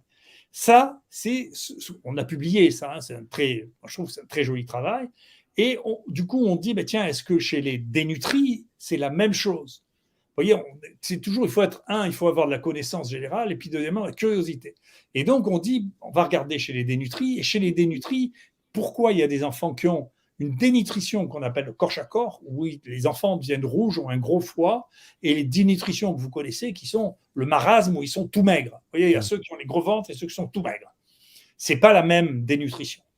Et donc, on regarde et on travaille avec des amis qui sont au Mali et ils nous donnent des prélèvements et puis on dit, tiens, on va regarder, est-ce que c'est le lait des mamans est différent parce qu'ils sont allaités. Donc, comment ça se fait qu'ils aient ça ? Alors, le lait, là aussi, on était les premiers à trouver qu'il y avait un microbiote incroyable. On croyait que le lait était stérile, mais c'est plein de microbes. Donc, y compris ces microbes inconnus qu'on a trouvés dans les décrits. Et on regarde, et pour la première fois, on regarde, est-ce qu'il y a de l'alcool dans le lait ? Vous savez s'il y a de l'alcool dans le lait, vous ? La doctrine qu'on m'a enseignée, c'est qu'il n'y en avait pas, mais j'ai effectivement appris récemment qu'il y en avait, effectivement. Et donc, il y en a, chez la plupart des gens, il y en a très peu. Mais donc, nous, on mesure un groupe de mamans d'enfants malnutris avec un groupe de mamans d'enfants pas malnutris. Et on trouve 2 personnes, on regarde leur microbiote, et on trouve 2 personnes, une chez les bien nourris, une chez les mal nourris, qui ont des taux d'alcool qui sont ceux de la bière. Wow, 4%. D'accord. Et on regarde qu'est-ce qu'elles ont. Les 2 en commun ont un champignon, une levure qui pousse sur les raisins, dans le lait, plus les bactéries que les Chinois avaient trouvées, qu'on a retrouvées, d'accord ? Et donc, leurs seins sont devenus des brasseries internes. D'accord ? Donc, ça, c'est la science. Ça, c'est magnifique. C'est une découverte majeure, parce qu'avant, on connaissait le syndrome du self-brewing, là, ou auto-brewing, j'ai oublié comment ça s'appelait, mais c'était rarissime. C'était des cas vraiment rarissimes qu'on trouvait par-ci. Maintenant, au début, on sait que c'était rarissime, parce que je pense que la NASH était rarissime. C'est la NASH qui a permis la découverte de ça. C'est les études sur le microbiote où tout le monde regarde partout, et nous aussi. Donc, on regarde. Moi, j'ai appris pendant toute ma jeunesse que les urines étaient stériles, et c'était c'est faux. Ouais. La méthode était fausse, c'est le 3e point. Si vous voulez découvrir, il ne faut pas croire les méthodes. Les méthodes, c'est juste des trucs qui formalisent pour les enseigner des choses à un moment donné, mais ce n'est jamais vrai totalement, une méthode. Et donc, là, ce qui a empêché de voir que les urines n'étaient pas stériles, c'est que la méthode ne permettait pas de détecter en dessous de 10 000 bactéries par millilitre. Donc, dès que vous avez commencé à regarder s'il y en avait 10 par millilitre, vous en avez trouvé plein. Et en réalité, c'est les mêmes. La vessie, il y a des microbes dedans, et c'est souvent les mêmes qui vont donner les infections urinaires parce qu'il y a un changement de l'écosystème qui peut être parce que les gens boivent moins, qui peuvent être parce que les femmes sont enceintes. Je ne sais pas ce qui se passe avec les femmes enceintes, pourquoi elles font des infections urinaires, avec des bactéries qu'elles avaient déjà dans la vessie. Vous voyez ? Et en plus, on sait maintenant que les bactéries. Je vais vous donner une autre découverte récente qui est due effectivement à la séquence. Hein. Ça, c'est pas nous qui l'avons fait, j'en parle d'autant plus facilement. C'est que les infections urinaires, la plupart des infections urinaires sont en réalité liées à une épidémie, une épizootie maintenant. C'est-à-dire que les colibacilles qu'on trouve dans les infections urinaires sont des bactéries qui se développent sur les oiseaux, en particulier dans les élevages de poulets massifs. En particulier, quand on leur donne des antibiotiques, ça fait des Escherichia coli résistants. Ce n'est pas les médecins généralistes qui les font, hein, c'est dans les élevages de poulets. Et vous avez eu jusqu'à 25% de toutes les infections urinaires en France qui étaient dues à un clone unique de colibacilles qui venait des poulets. Wow. Donc il y avait une épidémie chez les poulets, et cette épidémie chez les poulets, eh bien, en mangeant du poulet, quand vous l'épluchiez, eh bien, si vous mettez les doigts à la bouche après, vous avez Escherichia coli, il passe du tube digestif dans la vessie et vous donne une infection urinaire. Et donc, une grande partie des infections urinaires sont des épizooties. Mais tout ce que je vous dis, vous voulez bien me croire, mais quand je raconte ça à des gens qui font mon métier, qui sont infectiologues, qui ne comprennent même pas ce que je dis, je ne vois pas comment vous pourriez penser qu'ils m'aiment. C'est juste pas possible, puisque je leur dis, vous savez, tout ce qu'on a enseigné depuis 25 ans, c'est totalement faux, et on est en train de le découvrir maintenant. Et ça, vous l'aviez découvert parce que vous aviez plein de séquenceurs, comme vous l'aviez expliqué, parce que vous aviez plein de spectrographies de masse, time of flight, dernier modèle, les Malditov. Et justement, je voulais aussi, bon, j'espère que vous reviendrez, hein, parce que là, ça fait bientôt 1 heure, on va passer aux questions. C'est vraiment passionnant, 12 000 personnes en direct dans le chat, alors que l'actualité est brûlante en géopolitique et ailleurs. Donc vraiment, merci beaucoup. J'espère au passage, vraiment, j'espère que vous ferez une masterclass un jour, comme il y a des leçons inaugurales au Collège de France ou des cours au Collège de France. J'espère que vous nous ferez une masterclass. Bien évidemment, je vais prêcher pour ma paroisse. J'aimerais infiniment qu'elle soit éditée chez mon éditeur Scandaria, mais toute votre connaissance accumulée la nécessiterait de faire une masterclass en biologie générale. Et puis surtout, quand vous parlez de méthode, il y a plein de thésards qui seraient moins déprimés si on leur avait appris ce que vous dites, à savoir être capable de renier les méthodes, être capable de remettre les méthodes à plat ou de les renverser pour pouvoir faire des découvertes fondamentales. Vous m'aviez parlé. Il faut lire, parce que je n'ai pas eu le temps d'en parler. La troisième manière de découvrir. La première, c'est de nouveaux outils. La deuxième, c'est de détruire la théorie précédente. La troisième, c'est de détruire la méthode. Ça, c'est Feyerabend qui dit ça. Feyerabend est génial. Donc, il a fait un livre qui s'appelle Contre la méthode. Moi, je demande aux jeunes, s'ils veulent vraiment comprendre la science, il faut lire ces 3 livres, dont Feyerabend, qui est on ne peut pas découvrir, ou c'est extrêmement difficile de découvrir quelque chose de réellement nouveau si on ne détruit pas la méthode qu'utilisent tous les autres. On ne peut pas penser dans une méthode qui a été créée antérieurement. Et ça, c'est le point le plus difficile à faire comprendre, parce que, au contraire, tous les gens qui n'ont rien d'autre à faire passent leur vie à faire des méthodes et à faire croire que les méthodes sont indispensables de manière à pouvoir contrôler la science des autres. Mais qu'elles sont monolithiques. Vous parlez notamment des essais en double aveugle qui étaient devenus monolithiques, alors qu'on voyait bien mais ça n'a aucun sens. Personne qui réfléchit ne peut. La raison des essais en double aveugle, c'est que l'industrie pharmaceutique triche. Donc, il faut que ce soit aveugle. Mais le problème, c'est que c'est plus aveugle du tout, puisqu'on envoie tous les résultats à l'industrie pharmaceutique qui en fait ce qu'elle veut. Sinon, on ne voit pas pourquoi un médecin choisirait de traiter certains malades plutôt que d'autres s'il n'y gagne pas de l'argent. Vous voyez, ça n'a pas de sens. Ça crée une barrière d'entrée, donc ça crée une concurrence déloyale. Et en plus, on a eu plusieurs travaux scientifiques en double aveugle qui donnaient, par exemple, l'homéopathie ayant des meilleurs résultats que le Prozac, notamment au Mexique.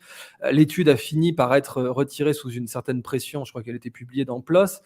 Mais même en double aveugle, on peut trouver des résultats qui, dans tous les cas, ne feraient pas plaisir à la doxa. Et j'insiste aussi sur le fait que, heureusement, que vous n'avez pas fait une étude en double aveugle sur votre observationnel pour l'hydroxychloroquine en début d'épidémie, parce que sinon, évidemment, tout un tas de personnes auraient tenté de dire que vous aviez fait un essai sauvage, ce qui est une pure foutaise. Mais fermons cette parenthèse. Donc, vous aviez dit 3 livres, j'imagine que c'était donc Feyerabend, d'accord, Thomas Kuhn, La structure des révolutions scientifiques, et le troisième, ce serait… Popper, oui, bien sûr, d'accord. Bon, bah ça, c'est vraiment génial. Alors, le tout dernier point avant qu'on passe aux questions, mais j'espère que vous reviendrez et j'espère que vous ferez une masterclass, c'est extrêmement important.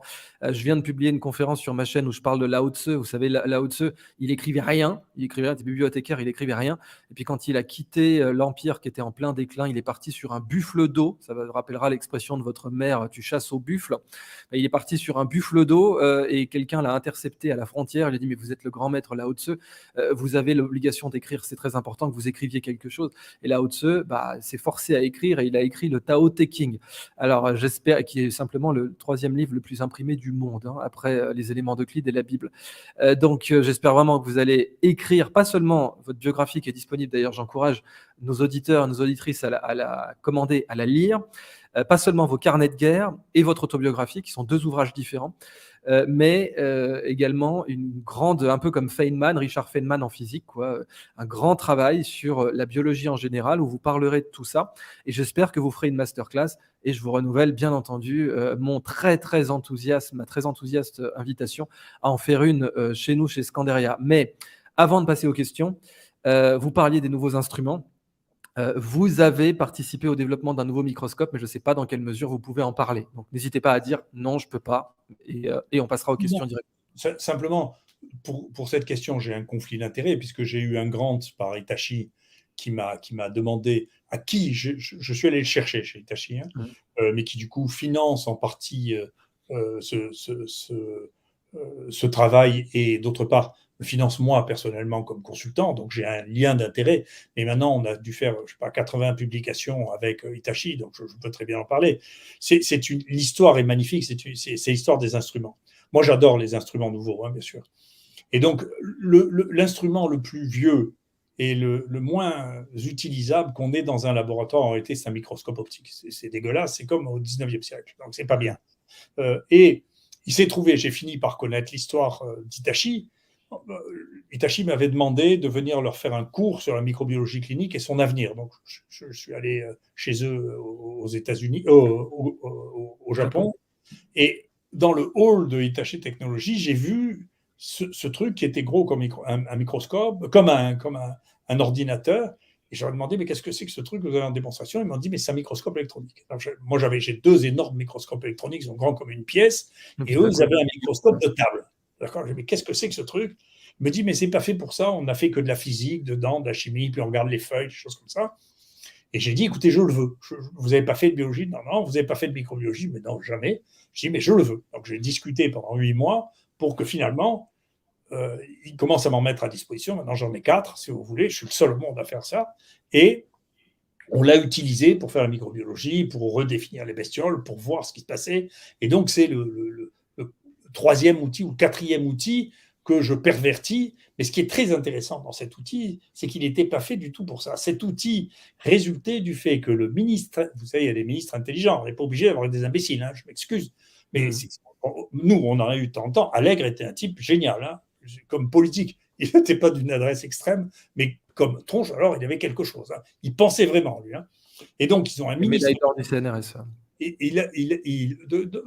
Non, c'était de l'Institut du Globe. Okay.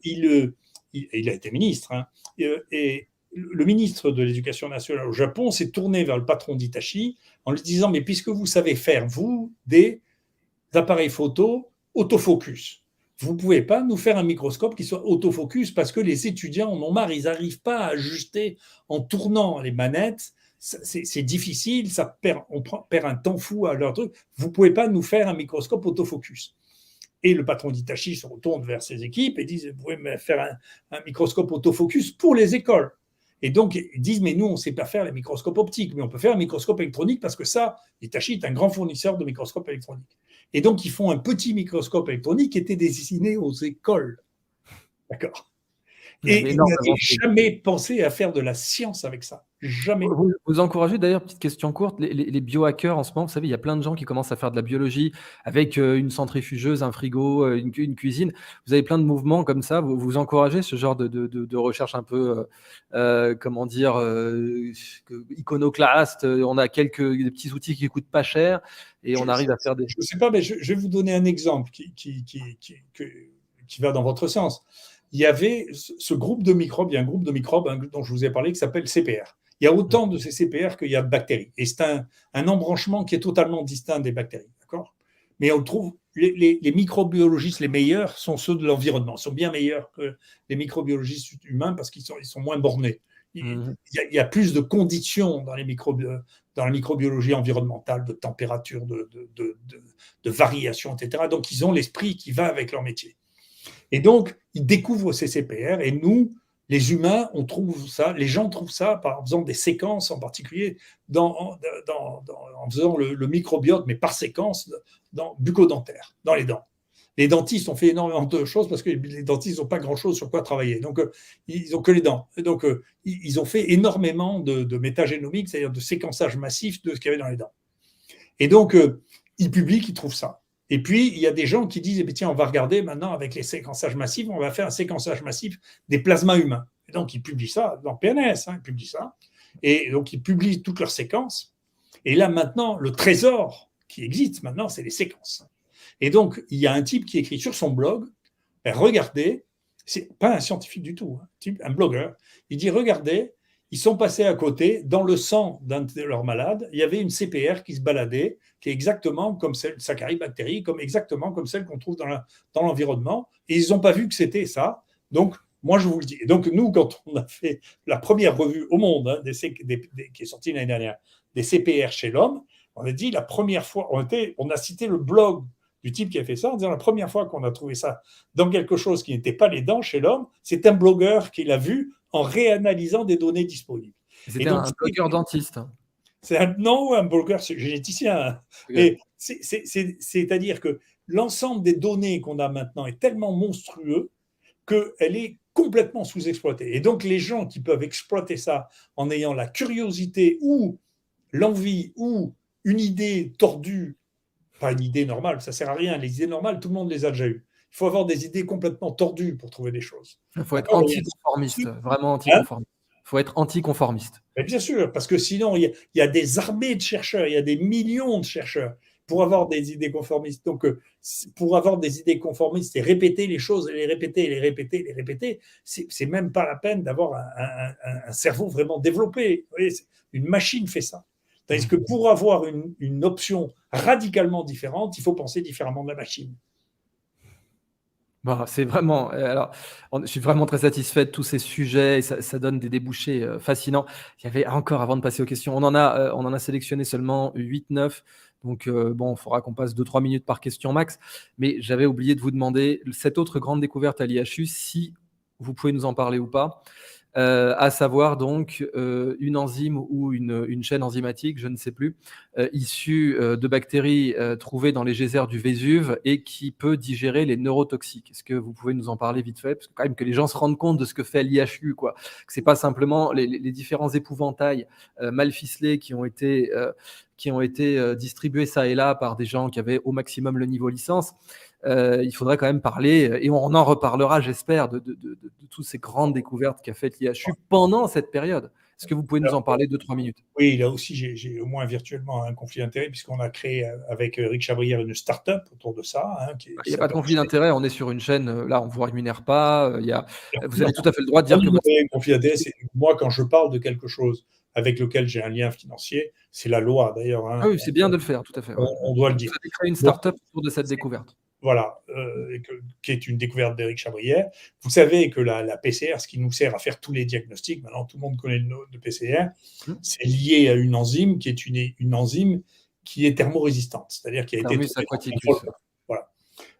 Et donc, si vous utilisez cette enzyme, vous pouvez jouer sur la température pour éliminer tout ce qui n'est pas multiplié par cette enzyme qui, si vous mettez à 65 degrés, il n'y a plus que cette enzyme qui marche, par exemple, parce que ça détruit les protéines ordinaires.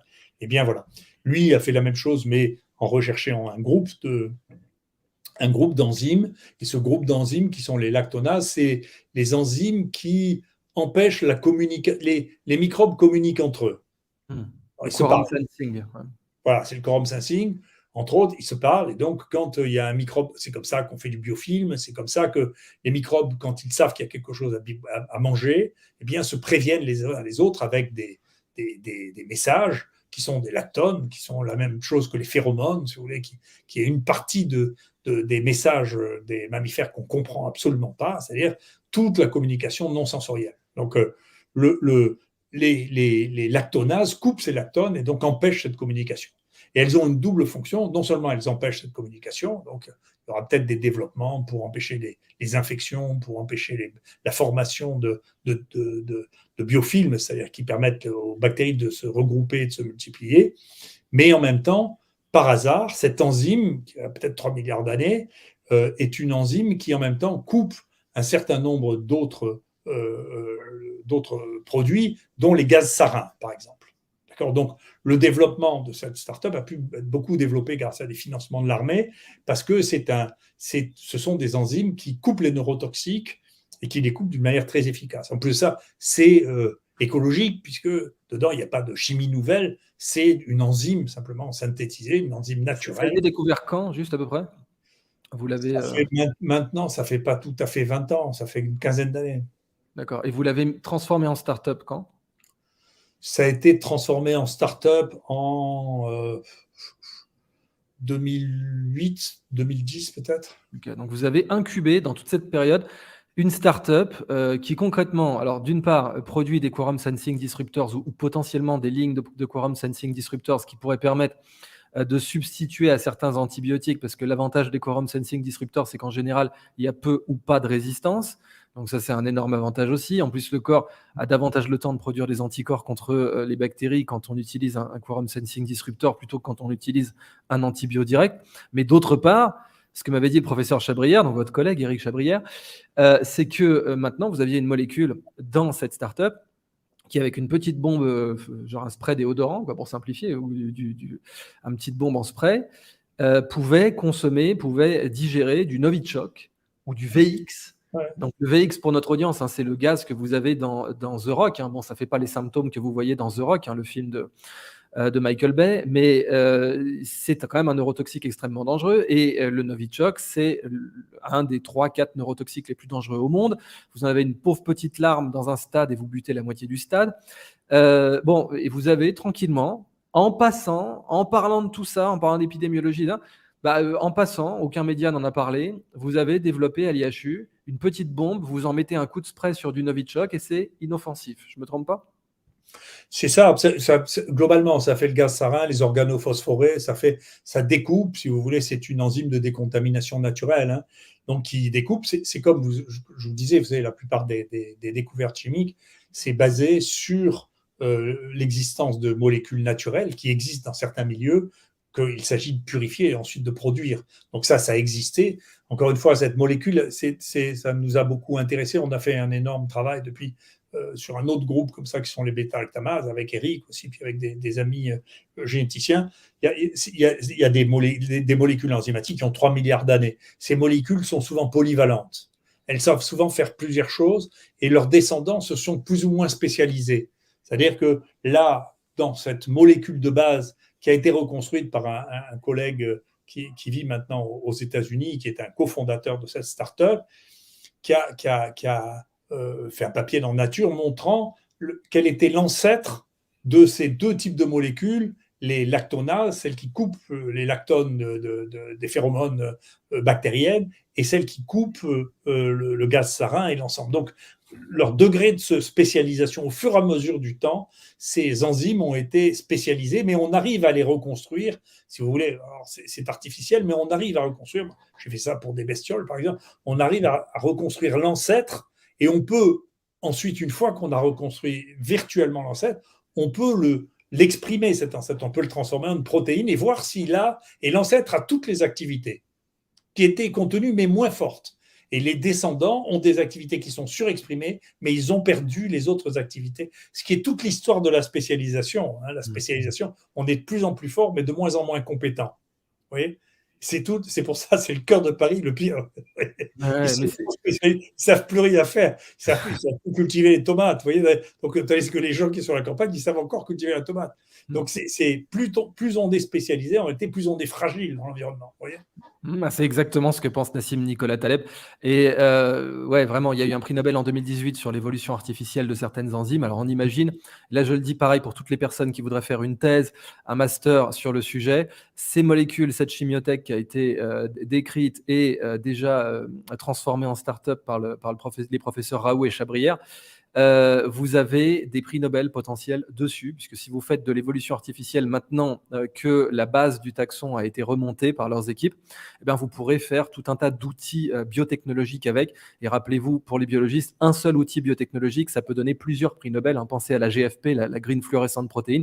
La simple découverte de ça a eu un impact sur au moins une dizaine de prix Nobel, si on devait s'amuser à les calculer. Donc tranquillement, pour conclure, pendant que certains ont tenté de créer une sorte de poupée vaudou à l'effigie de l'IHU et du professeur Raoult, une sorte d'épouvantail, et ça n'a pas marché, on voit que ça a échoué. C'est probablement pour ça qu'ils ont tenté une sorte de dernier baroud, plus ou moins glorieux, ou plutôt inglorious, de tenter de parler d'essais thérapeutiques sauvages, et c'était de la foutaise complète. Eh bien, pendant ce temps-là, l'IHU faisait toutes ces découvertes-là, et très calmement, vous sortez une molécule qui, mise dans une petite bombe, dans un spray, pouvait digérer le VX, le sarin, le Novichok. Je ne sais pas si vous mesurez, pour n'importe qui d'autre, c'est une carrière entière, ce genre de découverte. Vous faites juste ça comme découverte, c'est bon, vous passez à la caisse et vous vous retirez en Floride. Et l'IHU sort ça très régulièrement. Donc tout ça pour vous dire en conclusion, avant de passer aux questions, que littéralement 99% des gens qui, dans la presse, écrivent sur le professeur Raoult ne savent absolument pas de quoi il parle. Et je suis absolument littéral là-dessus. Alors, passons aux questions. Justement, la médecine de demain sera-t-elle génétique et donc individuelle? Alors, je vous prie de ne pas excéder les 3 minutes par question, parce qu'on en a 8-9. J'en sais rien, c'est ma nature, je prédis jamais, rien du tout. Je peux vous dire, ça me permettra de dire du mal d'un collègue qui dit du mal de moi. Je ne me serais jamais permis de dire du mal de lui avant, mais un des signataires majeurs, qui est le président de la ou le secrétaire perpétuel de l'Académie des sciences, s'appelle Fischer, qui est le responsable de la politique vaccinale de Covid, s'est permis de dire que je faisais des essais illégaux. Je vais Alors, vous dire. dont on doit souligner tout de même, pour être tout à fait factuel, qu'il a plusieurs décès pendant des essais thérapeutiques à lui. C'est le premier à avoir fait des essais thérapeutiques de génétique.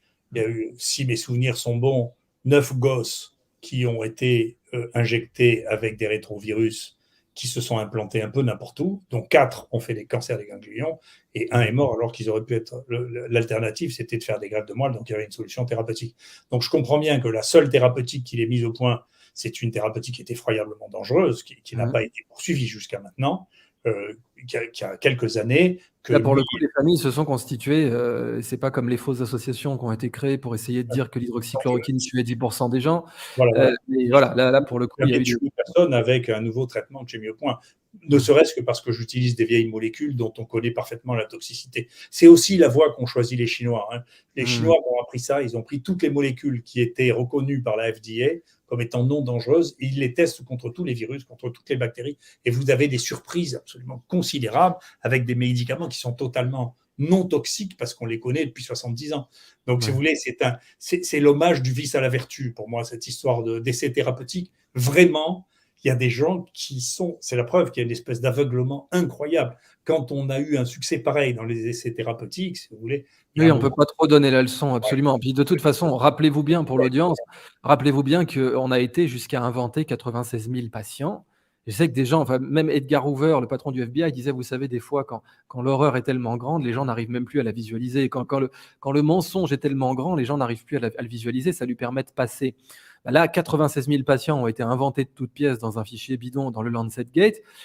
Et quand même, on a été jusqu'à inventer 96 000 patients pour discréditer l'hydroxychloroquine. Donc, ça prouve à quel point la quantité d'efforts a été grande. Mais merci pour cette réponse assez simple sur la question de la médecine sera-t-elle génétique et individuelle, même s'il n'y avait pas seulement la question des thérapies géniques, bien sûr, mais aussi, en gros, connaître parfaitement le terrain de chacun, etc.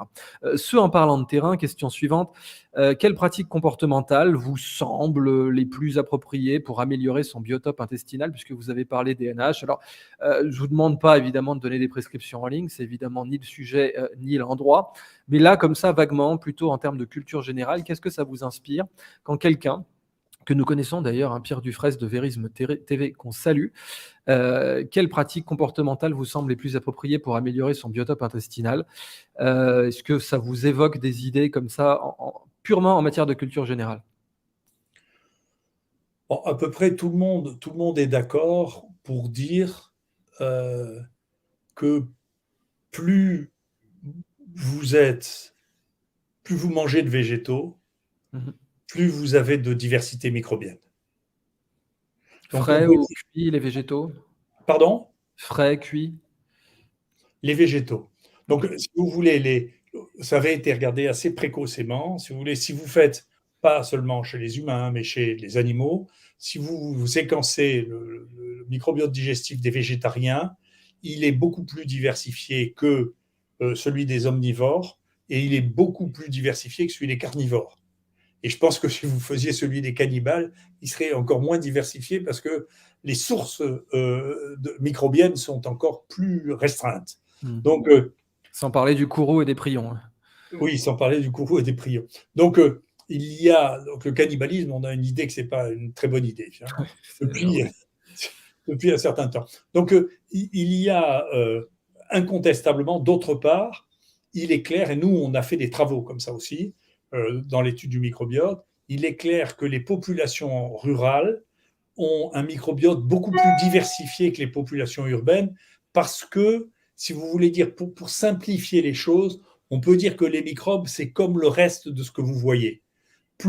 Plus il y a de diversité autour de vous, plus votre microbiote en réalité est diversifié. Probablement parce que vous touchez les arbres, vous touchez les plantes, vous touchez... Oui, c'est comme les levures, les bières trappistes chez les Belges là, qui ouvraient simplement le vasistas pour laisser les levures indigènes tomber dans la cuve. C'est vrai qu'en milieu rural, voilà, on a beaucoup plus de biodiversité. Le vin, c'est beaucoup pour les meilleurs vins, c'est beaucoup des levures naturelles aussi. Okay, donc, globalement, le mode de vie rural est associé à plus de biodiversité que le mode de vie urbain. On n'a pas réussi à transformer ça en idée de longévité parce que jusqu'à un passé récent, mais qui est en train de se renverser, les urbains avaient accès aux soins mieux que ceux qui étaient les ruraux. Oui, donc on ne voyait pas la différence.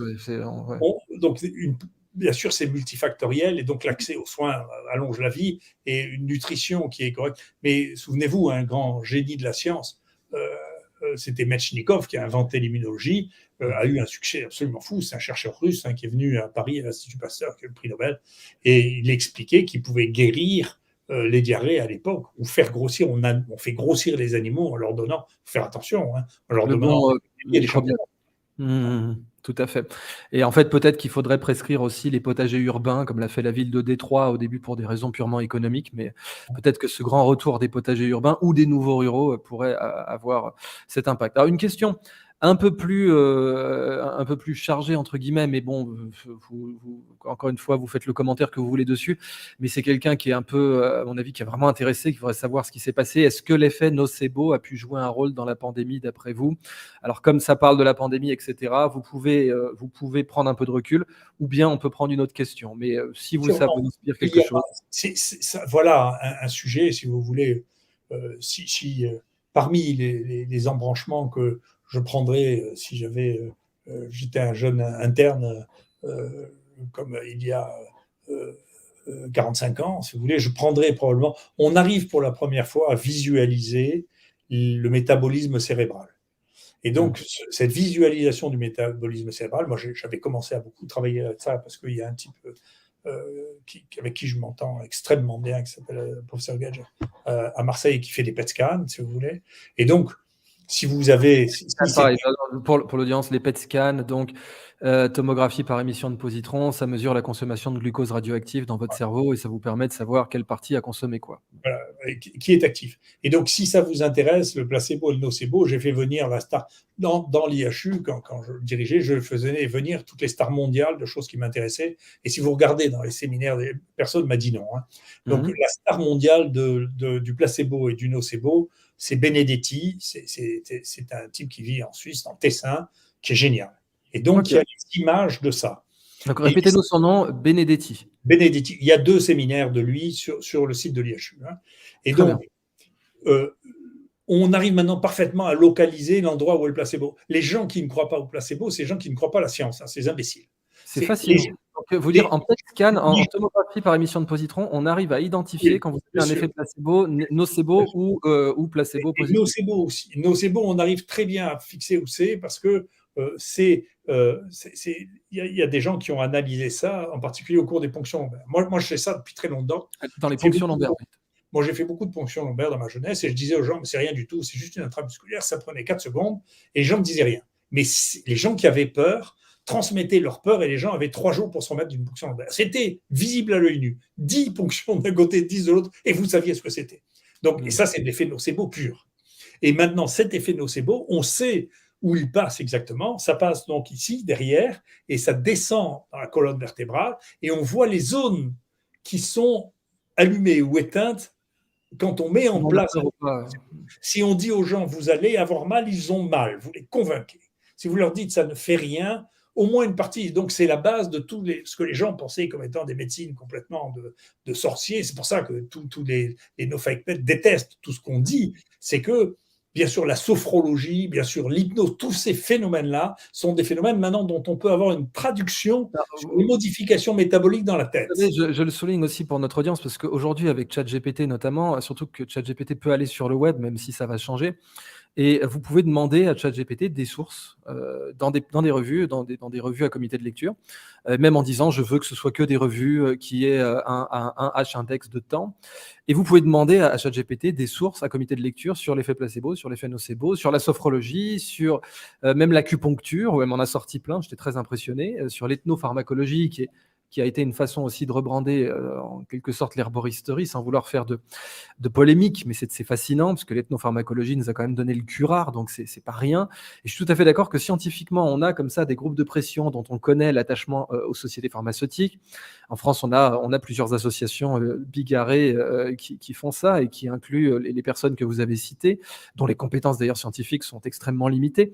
Eh bien, on voit qu'en fait, vous avez des preuves scientifiques sur l'effet nocebo. Ça, c'est vraiment fascinant. Je vous encourage dans notre audience à aller regarder ces séminaires du professeur. Bien sûr, ça existe, comme l'effet placebo existe. On sait même où est-ce qu'il va se localiser. Ça se localise à peu près au même endroit que les benzodiazépines. Et on sait physiquement que ça existe parce qu'on a eu des expériences de ça, en particulier pendant la guerre. Pendant la guerre, il n'y avait pas assez de morphine, si vous voulez. Et les Anglais avaient inventé, un jour sur 7, de ne pas d'injecter de l'eau distillée, pas de l'eau distillée, le sérum physiologique, à la place de morphine, et ça avait le même effet. Et on sait que c'est vrai. Ouais, parce qu'on se sentait pris en soin, etc. C'est fascinant. Ouais. Allez, c'est ce genre de choses qu'il faut des douleurs physiquement, avec de l'eau. Hein. Donc, ça, c'est de la science. C'est pas la science, c'est pas, écoutez, moi, je sais mieux que vous, et vous savez pas. La science, c'est la connaissance.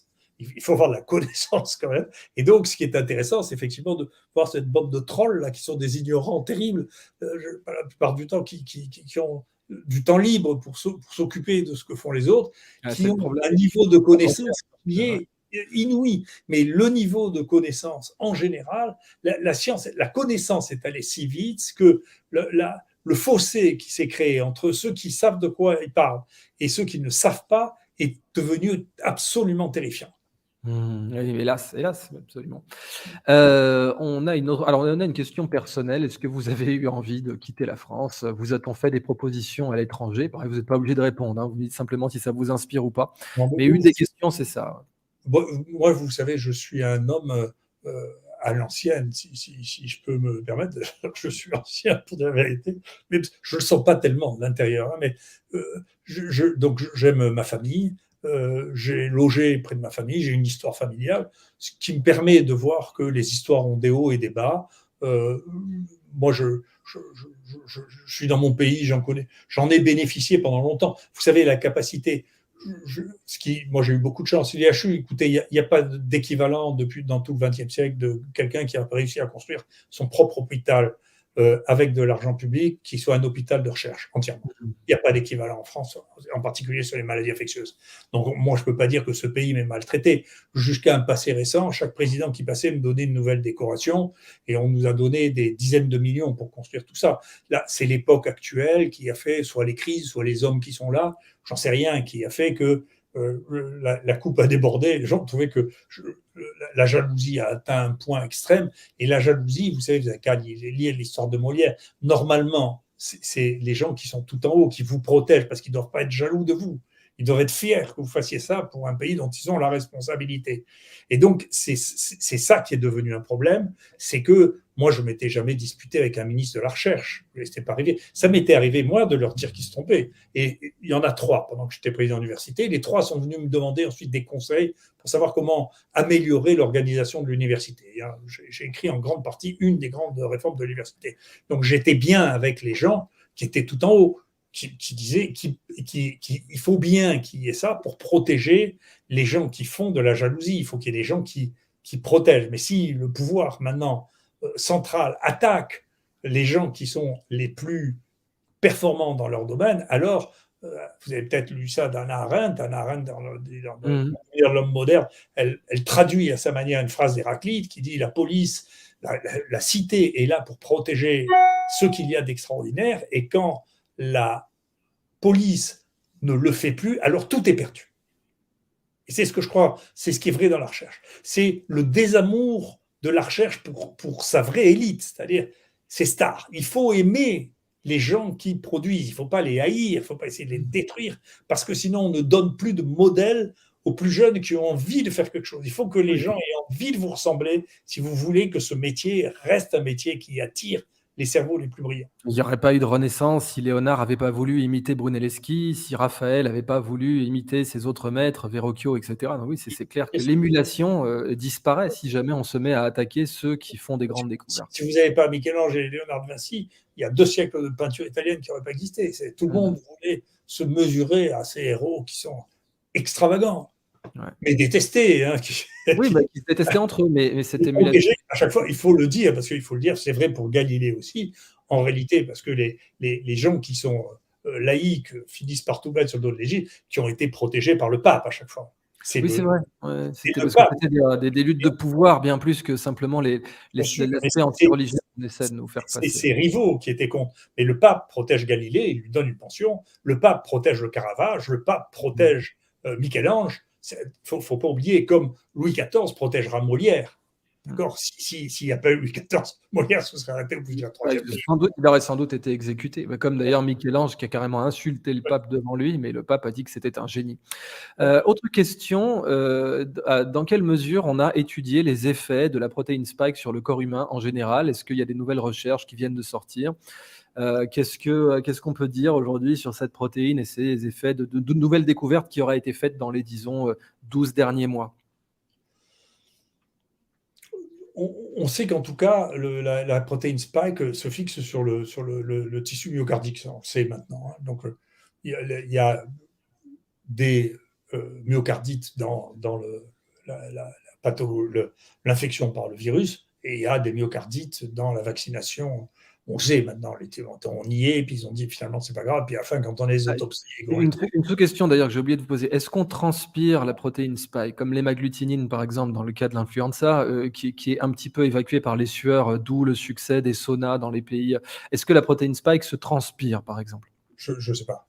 Ça on ne sait pas, il n'y a pas eu d'études là-dessus. Moi, je ne sais pas. Moi, je... Okay. Mais continuez, je vous en prie. Donc, tout ce qu'on sait, c'est que notamment, elle se fixe. Voilà. Notamment, elle se fixe là-dessus. Voilà. Donc, notamment, elle se fixe là-dessus. Mais c'est plus, si un jour on doit parler scientifiquement de ça, je vous expliquerai ce que je connais maintenant, ce que je connaissais même pas il y a 3 mois. Approchons le problème autrement. Alors, c'est-à-dire, qu'est-ce que vous recommanderiez comme organisation d'unités de recherche pour faire de la recherche rapide sur le sujet? Parce qu'apparemment, ça préoccupe les citoyens, d'où le fait que cette question se soit retrouvée dans le chat. Si vous étiez, par exemple, ministre de la Recherche ou patron du CNRS, comment vous organiseriez quelques petites unités Moi, encore une fois, je crois beaucoup. En France, on paye assez mal les chercheurs. C'est pas le cas des médecins comme moi. Nous, on est payé 2 fois le prix d'un chercheur. Parce que médecin, mais vous travaillez, vous avez des responsabilités. On travaille bien, on gagne bien notre vie. Voilà. On gagnait bien notre vie. Moi, j'ai bien gagné ma vie. Donc, pas par rapport à un chercheur suisse tout de même. Vous avez cité le professeur Benedetti là, dans le Tessin, qui lui, sans vouloir rentrer dans des considérations bassement matérialistes, doit gagner plus que vous, si vous me permettez, parce qu'en Suisse, les salaires sont très supérieurs. Après, on gagne bien sa vie. Après, on peut toujours. Moi, en plus, j'ai une femme qui travaille, donc vraiment, on est à l'aise. On n'est pas des gens ce qui est très différent de quelqu'un qui est chargé de recherche au CNRS. Il touche moins qu'un postdoc. Il ne peut pas vivre à Paris. Un maître de conf ou un chargé de recherche en bas de la grille de rémunération peut juste pas physiquement vivre à Paris aujourd'hui. Donc, mais de tout temps, par exemple, à l'Institut Pasteur, dans le temps, où les gens étaient très très mal payés, mais les gens avaient la gloire. D'accord ? Donc, si vous enlevez la gloire, si vous voulez, alors, vous savez, la gloire est un motif, aussi important que l'argent, plus encore. Donc, il faut redonner la gloire. Vous savez, moi, j'avais l'habitude, hein, pour ça, je vous dis, je me suis entendu avec tous les ministres de la Recherche jusqu'à on arrive à Madame Vidal. Hein, donc, je me suis toujours entendu avec. Parce c'est les gens qui aimaient les grands scientifiques, et donc, je ne sais pas, une fois par an, ils accueillaient les types qui avaient fait un papier en nature, en science. Une fois par an, ils accueillaient des trucs. Ils donnaient des décorations aux meilleurs scientifiques, pas à leurs copains, aux meilleurs scientifiques. Et donc, il y avait un goût pour la gloire. Il y avait un goût pour l'excellence qui a disparu, mais pas qu'ici. Hein. Moi, je vais vous donner un exemple pour pas que vous pensiez que je me focalise là-dessus. J'ai vu un film hier avec Elliot Gould, qui était un acteur d'un grand film de ma jeunesse, s'appelle MASH. Et donc, j'ai regardé dans Wikipédia. Eh bien, la revanche des gens qui estiment qu'on ne leur a pas donné la reconnaissance est phénoménale. Regardez-le, vous verrez, la biographie d'Elliot Gould fait ça, et le nombre de gens qui ont doublé Elliot Gould en français, ça fait ça. C'est ça la situation actuelle de jalousie ou de besoin extrême de reconnaissance. C'est pour ça que dans les publications scientifiques, maintenant, vous avez des papiers avec 40, 50, 200 personnes, parce que tout le monde veut y être. D'accord ? Donc, et du coup, ça ne veut plus rien dire. D'accord ? Donc, on n'arrive plus à distinguer celui qui a eu l'idée, celui qui a eu les moyens de mettre tout ça en place, et puis tous les gens qui ont fait une fois une manip ou envoyé un échantillon de sang qu'il faut remercier. Donc, si vous voulez, vous n'avez qu'à regarder à la fin d'un film les remerciements de maintenant et les remerciements d'il y a 20 ans, mais vous êtes sidérés. Il y a des films dans lesquels ça dure 10 minutes, les remerciements à la fin. Oui. Donc, il y a un vrai problème actuellement de tassement, si vous voulez, et en réalité, ça ne marche toujours pas, parce que quand vous allez voir un film, vous regardez le réalisateur et les acteurs, et puis éventuellement le scénariste. Si vous voulez, c'est pas vrai de toute manière. Donc ça calme les gens qui ont besoin de reconnaissance, mais c'est pas vrai. Et donc on a cette impression que finalement tout le monde fait de la recherche pareil, et qu'il n'y a pas de raison de faire de différence. Et toutes les stratégies qui ont été mises en place pour valoriser l'excellence ont été perverties. Allègre, qui avait fait la prime d'encadrement doctoral, maintenant, dans certaines universités, bien on dit non, mais il faut la prime d'encadrement doctoral, on ne va pas donner ça aux gens qui publient. Il faut donner un peu aux autres, et puis il n'y a pas de raison que ce soit les profs les meilleurs qui aient toujours la prime d'encadrement doctoral.